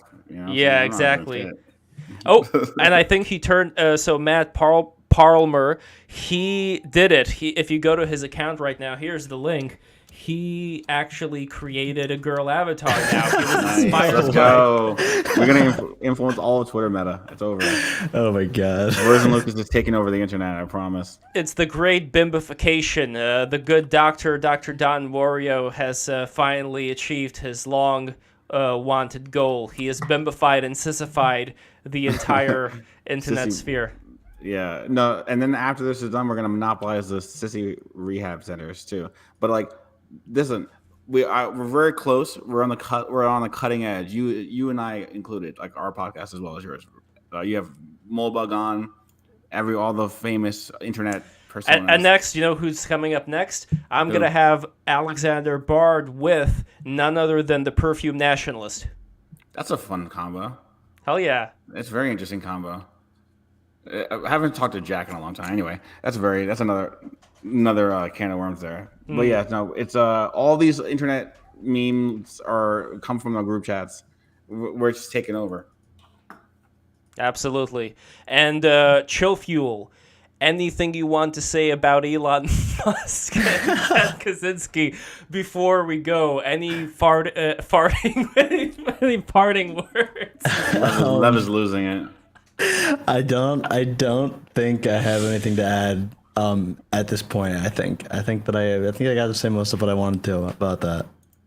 All right. Any words of advice for all the people who are watching here in their YouTube career? If something's not working, try something else. I have a whole slew of dead channels that are a graveyard. So, yeah. Now, I want to read before we go some Pelosi-related things from the chat over here. Because the good thing about our chat is that it goes right into Discord, so I could just search for any term and find it in the entire history of the Break the Rules YouTube chat. So I typed in the word Pelosi. So what we get over here, Pelosi wanted... oh no, this is from a different time. I'm going to read it anyway. Pelosi wanted machine gun nests in D.C., but an open border. Paul Pelosi fetish is feet with ingrown toenails. This is from Jackass Whiskey and Pinto Beans. Nice name there. Name. Yeah. And here's one from What? The only thing I want to hear from Nancy Pelosi is what shares she intends to trade. And another one from Jackass Whiskey. Paul Pelosi's second favorite hammer is a roofing hammer. I don't get that one. There's actually a service that has some government regulation agency recently forced Nancy Pelosi to disclose her stock positions as she made them. There used to be like a 60-day lag, and now it's as she enters them. I forget what it's called, but the Nancy Pelosi tracker account is a shill account for this protocol that actually exists on Robinhood and you can apparently use. Oh, it's on Robinhood now. Yeah, I'm So shilling funny. very badly for this guy. No, that's But cool. he did ask me to write some tweets for him, maybe. So we'll get on Oh, about interesting. that. Yeah. Oh, I mean, Usual Whales used to track her profile too, or was it using? It was one of those like finance Twitter people. But yeah, that's interesting. And there is a comment for you, Verse, from Jackass Whiskey and Pinto Beans. Verse Lune, work on your spelling. Yeah, right. No, absolutely not. I don't believe in. I don't believe in removing typos. I used to be a great speller, and then I started using voice to text for everything, and now I can't spell anything with more than 4 letters. Listen, I think it's an aesthetic choice, personally. Like Bap likes to write in the content of what's being said. Words are semantic container. The actual spelling of the words is almost irrelevant. That's how I cope. Okay, and one final announcement that I wanted to say, a bit of a teaser for those people who are not yet sure about the power of Break the Rules. We are going to have, I wanted to make 2 announcements. Break the Rules is going to have Rupert Sheldrake coming on for a one-on-one interview. That is happening next year. And also Ben Avery from the Tim Dillon Show is coming on next year. So look forward to that. And if you have you got Tim on yet? I mean, look, I met the guy, but you know, he's a busy guy. He's a busy guy, and also he's been shilling a lot for Russia lately. But anyway, that's personal. That's personal shit between. Anyway, okay. For those who want to keep in touch, here's the Discord link. This is the link to the official Break the Rules Discord. So keep in touch on the Discord and also Patreon. I did not show the Patreon at all today. So patreon.com/breaktherules. Become a patron today. There was recently a Patreon only for a certain time only stream about pit bulls, a debate about pit bulls. And the great thing about the Patreon only streams is that when you become a patron, you get to take part in them. So you get to be in on the action, obviously first come, first served. And probably like the more patrons there are going to be, then like the $50 ones will get to come in before. Anyway, I'll work the whole system out right now. You are in the beginning stages of this though, so you are going to get first dibs as a patron to the various streams we're going to have, bringing big people on for the patrons only as well as the audio forms of the episodes after they come out, as well as if you guys like arts and crafts, my father, Alexander Polyakov. I mean, this is such a strange thing to promote, but I really love these magnets, and I think you will too. Look at these. Maple, mahogany, ashwood, cherry. Look at the quality. I know, Verse, you're not seeing this, but you've probably seen them before. No, but I've seen them before, yeah. I still have your dad's picture of me. Oh, hell yeah. That's right. Yeah, so my dad is incredibly talented, and he is going to make these beautiful wooden magnets for you for the $20 tier. And for the $50 tier, you are going to get a custom magnet. So whatever design you want, well, within reason, my dad is going to make it. So once again, that is patreon.com/breaktherules. Break the Rules brings everybody together, but it's only able to do so with your help, so become a patron today. And if you want to support Chillfuel, my brother, what is a good way for people to support you? YouTube.com/chillfuel. YouTube.com/chillfuel. Go there. Do you have a Patreon? Do you have anything of that sort? Not really like exactly just proper if I have them, but they're the best way is just through the channel. All right, so just go to youtube.com/chillfuel, support Chillfuel, and lastly, but certainly not leastly, first of all, okay, I have to, before you guys, I have to kick me again, and it's not letting me back in. God damn it. But anyway, listen, support Matt Parlmer. He's a wonderful creator of the robots that make the robots. Wonderful guest here. I wish I could pick his brain more about the way that a lot of these things work, but you could find him at twitter.com/Matt Parlmer. Also follow his Substack, mattparlmer.substack.com. And now you got the floor, fellas. Verse and Lucas, tell us about what you guys are doing. Check out the Verse and Lucas podcast. You can find us on YouTube. It's /VerseLune is the YouTube URL. You can find us on Twitter. It's @Verse and Lucas. Let's keep it simple. You can find us both on Twitter. Check out our Substacks. We're gonna have a Patreon next week. We've been really bad about. We still working have on the that. Patreon. I just don't think that there's anything you can buy on it, so there's no point to show Yes. it. Everybody go check out our Patreon. There's no content on it, and you can't buy anything, but it is Yeah. there. What's the link? Starting next week, there'll be stuff there, but not right now. Is I it think a version 4 or is that the old one? No, it's a different one. Though that one still exists, but the podcast it's a slash version Lucas, I believe, unless it's a C in that one. I can't remember which URL has a C. I think that's YouTube, but yeah, it's slash version Lucas.